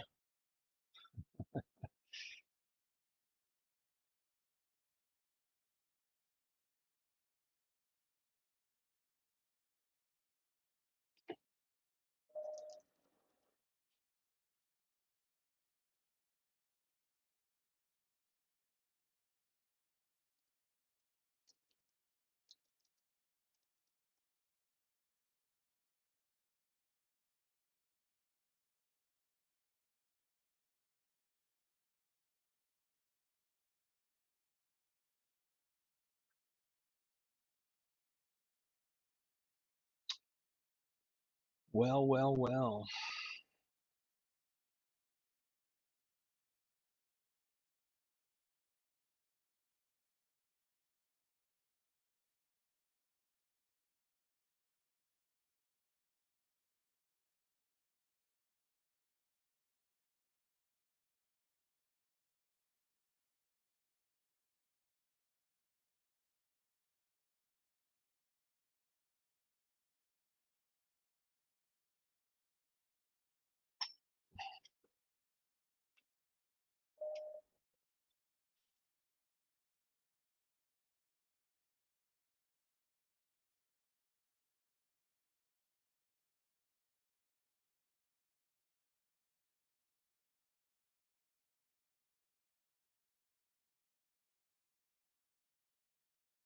Oh boy.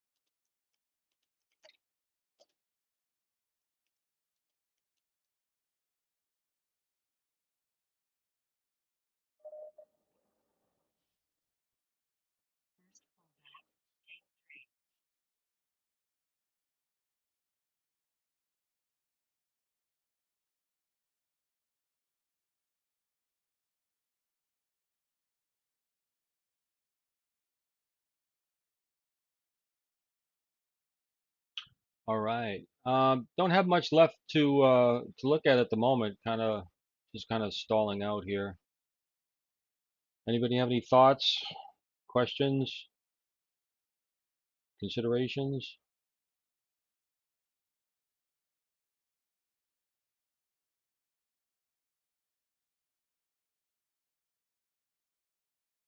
Got NVIDIA after the close here today. So as somewhat anticipated, and I wrote in my missive this morning, not really anticipating a lot of, um, you know, big rotational action or breakout action, that is. And so we're kind of getting what, you know, somewhat is expected.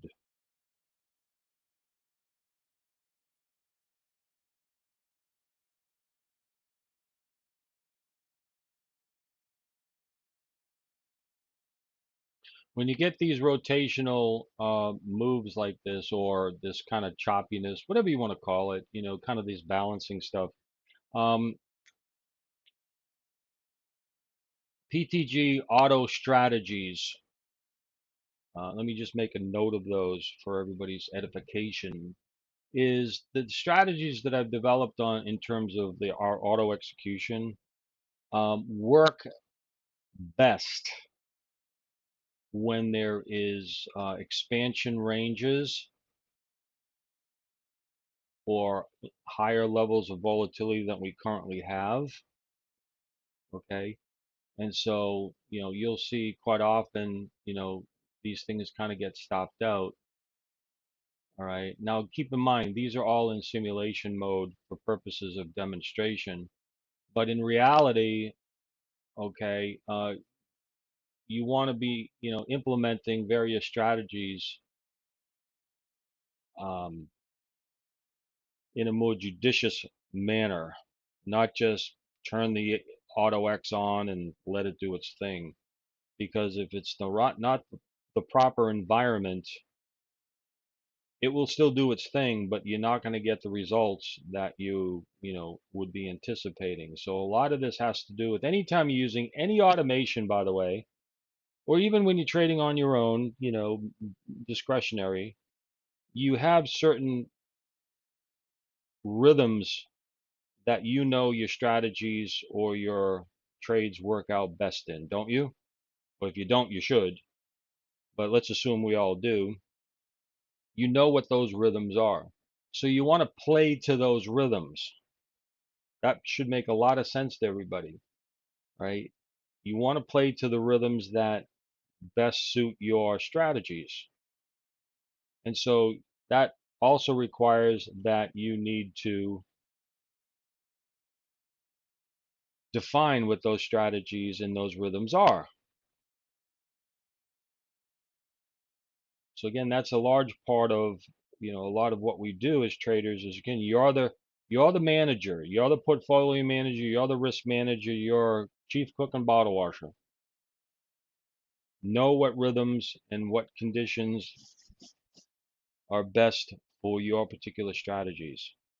So when we show and demonstrating the AutoX algorithms that we have, they're not all going to be producing, you know, like an ATM machine,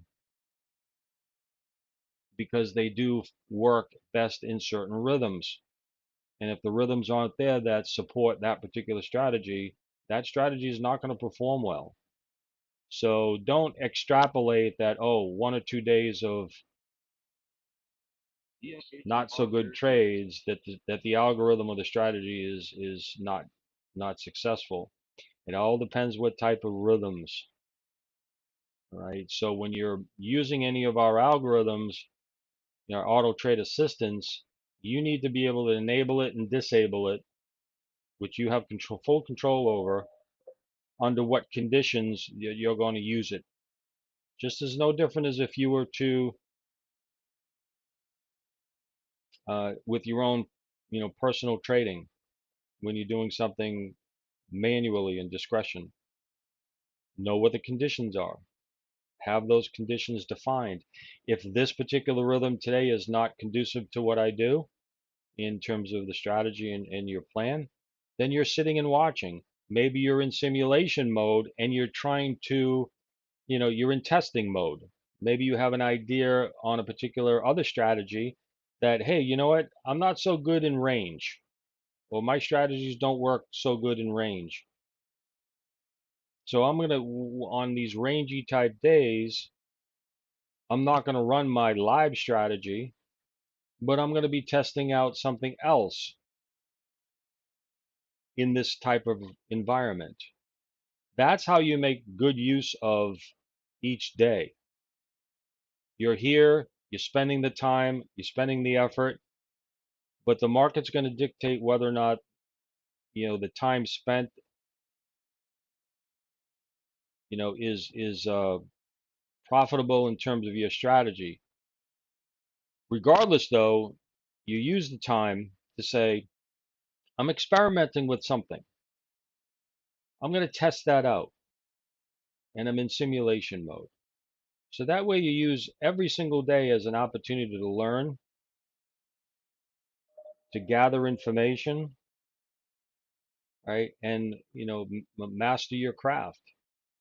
Maybe there's something in particular you want to focus on.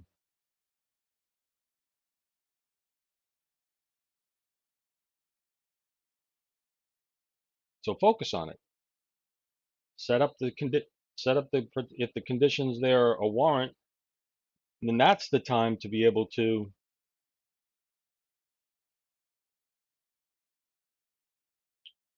jump on that opportunity. Let me give you a quick another example while we're here, all right, before we go. So take a look. Let me just get rid of this for a second. And another thing, you want to reduce the amount of, if you're focusing on something particular. So let's just focus on here.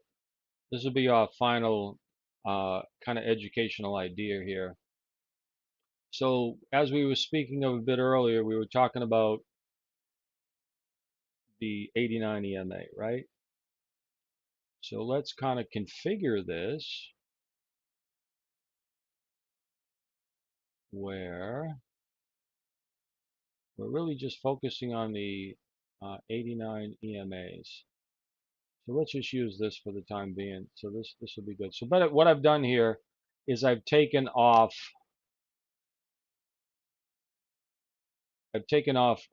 the ATRs. So really all we have here is our what we call our fair value zone. All right, and so that's the 89 EMA. So let me go here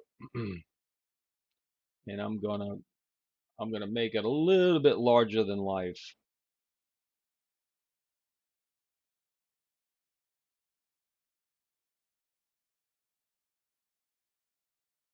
There we go.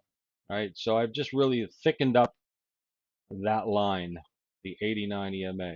Okay, so if you note here, how you want to kind of do this is, let's just say you want to focus on the 89 EMA idea. And what was the formula that we laid out before? Price greater than the 89, and we'll put an up arrow, right, equals what? All right, a long play. Capiche? Everybody's following along? So what do we have here? So we have the 89 that has dipped down, right? This is where it's beginning to shift right here when it changes colors, right?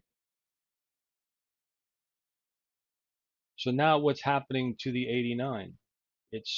We get a positive slope, right?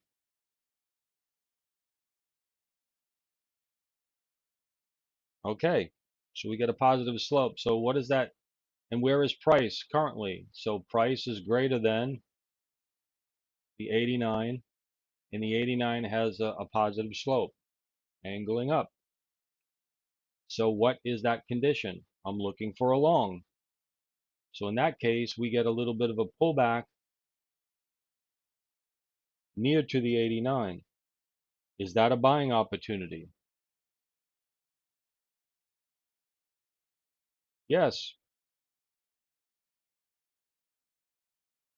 All right, so this is a buying opportunity in here. So that's all what we're doing is just isolating on a condition. That's it. I call this actually the isolation approach, right? In my head, I don't have it documented, but it's basically the isolation approach. So we're basically isolating on an idea or a structure. And when it comes to tick charts, by the way, I'm not, looking at a particular candle formation.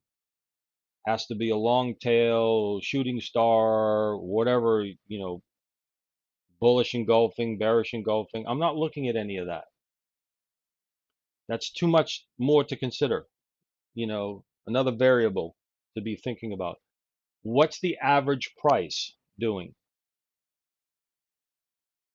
based upon 89? It's green, no, bullish, and it's sloping up. That's the average price based upon 89 bars. Price is above a rising 89. What's that condition? Is it a buy condition or is it a sell condition? Based upon my rules and my guide, it's a buy condition. You may have a different one, but if you're following this as a guide, then that is a buy condition. So when you're seeing that, I'm not seeing anything else. I took away the ATRs, I took away all the other information that may conflict with the decision of whether or not you should be considering a long trade or not. So use what's effective for you to make a decision. All right, so John says, yes, but it was also a short at A7. All right, so at the 89, okay, that's a good point. So this is where what happens here is when you have other tools, there are always going to be conflicts. One's going to suggest a sell, one's going to suggest a buy, and you're going to be left with, what the hell do I do? So let me make a statement here. ATRs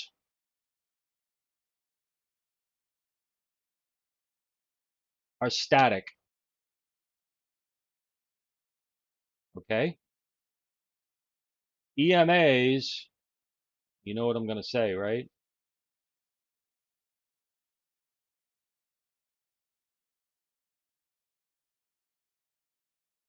Are dynamic.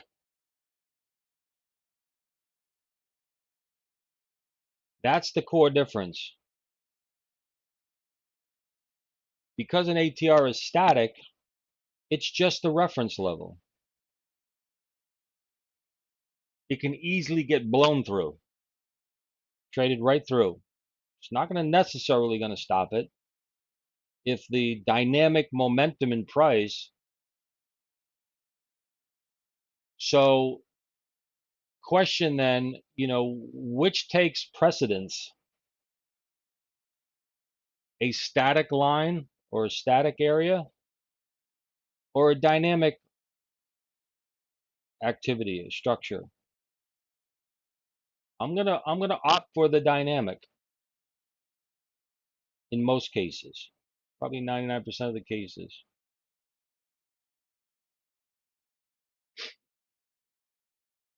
Doesn't mean the ATRs won't stop the price action. Of course, that many times they will.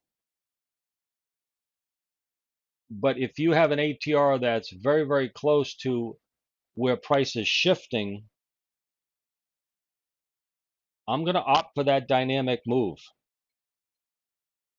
Like that ATR was never there. So this is what I'm talking about in terms of, like, there are going to be conflicts all the time. It's what you decide to focus on. So the reason why I disabled and I removed the ATRs here is not to have that as part of the decision process here when we're focusing on, say, the 89. All right.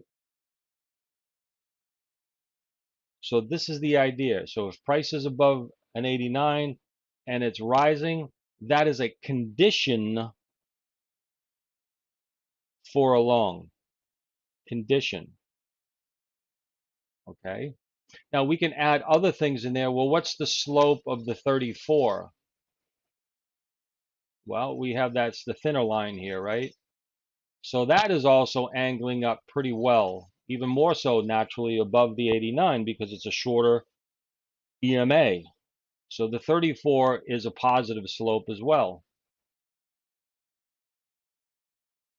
So price pulls back to rising.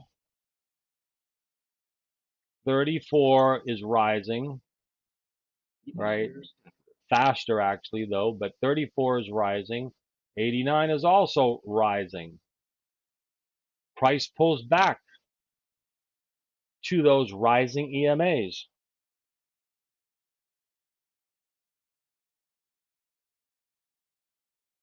What could be a decision? I want to buy a pullback into rising EMAs. The average prices are rising. The current price is the immediate price. But the average of prices over a period are rising. I'm going to opt to take along because the rising prices, the average of the prices are rising. And now prices pull back into the averages of those prices.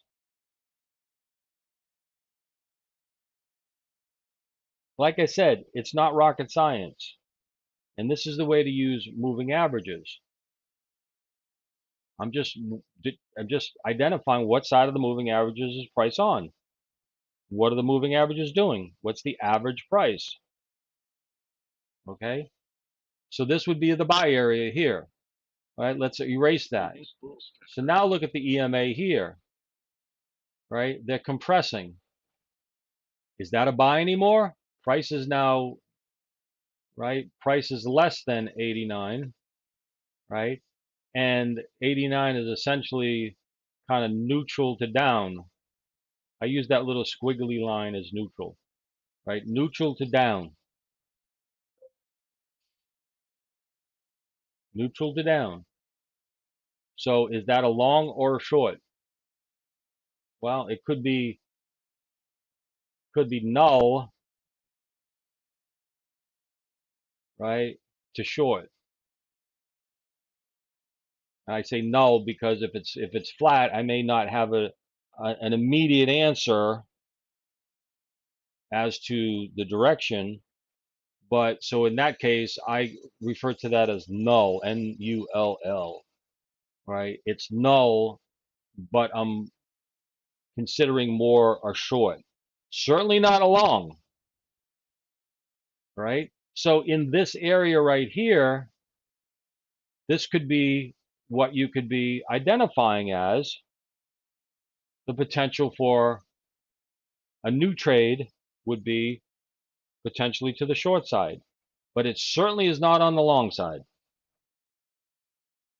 So you have two decisions here. You had this one where this one was a long and this one was, again, lean to the short side. As it's developing, yeah, you see it down now, you say, okay, now I want to short. Well, yeah, at this point, you'd have to wait for some sort of a bounce back. But if you're saying, I just want to stay on the correct side, what is the current lean? Always ask yourself, what is the immediate lean? What are the EMAs presenting for an opportunity? What are they looking at? Long, short? What are they looking at?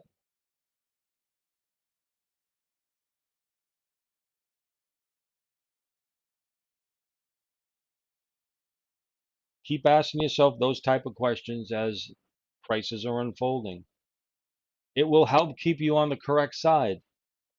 It will help keep you away from the wrong side. And it's not rocket science. I'm sorry to say. I'd love to have the most complex,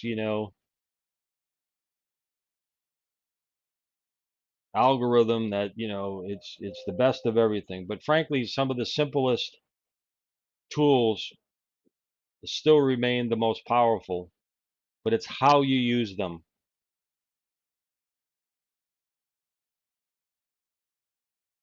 a powerful tool, an actual tool, you know, like a reciprocating saw. Anybody use a reciprocating saw? I love those. My favorite tool is a reciprocating saw, right? But if you know how to use it, it's one of the best tools ever. If you don't know how to use it, you're going to hurt yourself. Seriously hurt yourself. But it's not, you know, it's a simple tool, but used correctly, it's going to be, you know, your best friend in terms of construction and stuff, or taking things down, cutting through things. So it's no different with trading. Know how to use the tools. It's not an EMA is an EMA. Okay, great. Everybody knows what an EMA is. How do you use it? What's your plan to use it? How do you identify it? That's the skill. That's the competency. I know it sounds, you know, too easy, right? But why complicate things?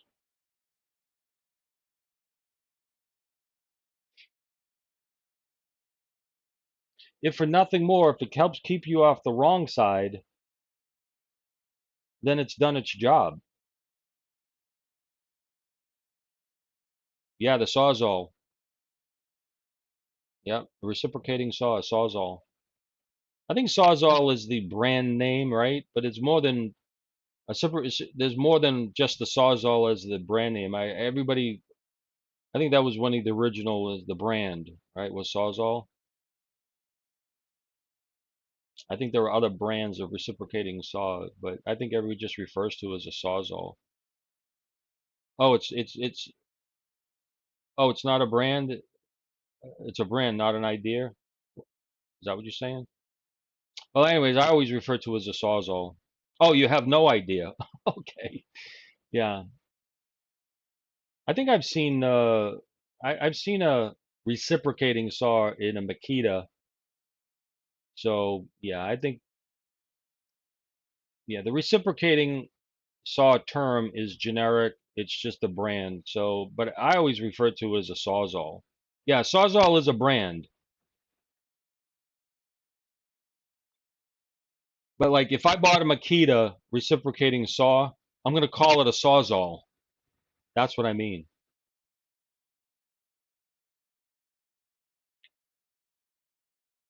I love them. It's a great tool. Every guy has to have a Sawzall. Even if you don't do anything, just say, "Hey, I got a Sawzall."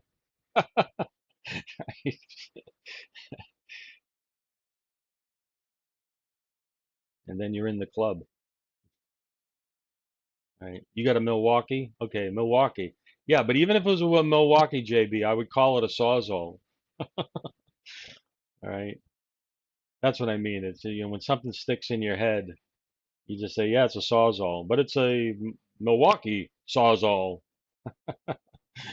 Anyways. All right, you guys get the idea. Hopefully, there, you know, some of this conversation and examples. Again, we had a nice trade to start off the day, which worked out beautifully. I hope these little terms and ideas kind of, you know, help you go forward. Like I said, none of this stuff has to be super difficult, and try not to complicate it. You know, like I said, the simplest concepts sometimes are the, you know, I don't know, they're the most powerful. Just stay on the correct side. And again, the final decision comes in is how aggressive do you want to be in terms of your trading? You know, do you want to be taking every shift of the 89 or 34.89?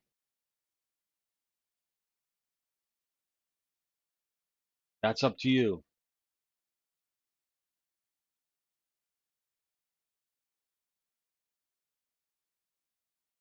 JB is so bored with talking power tools.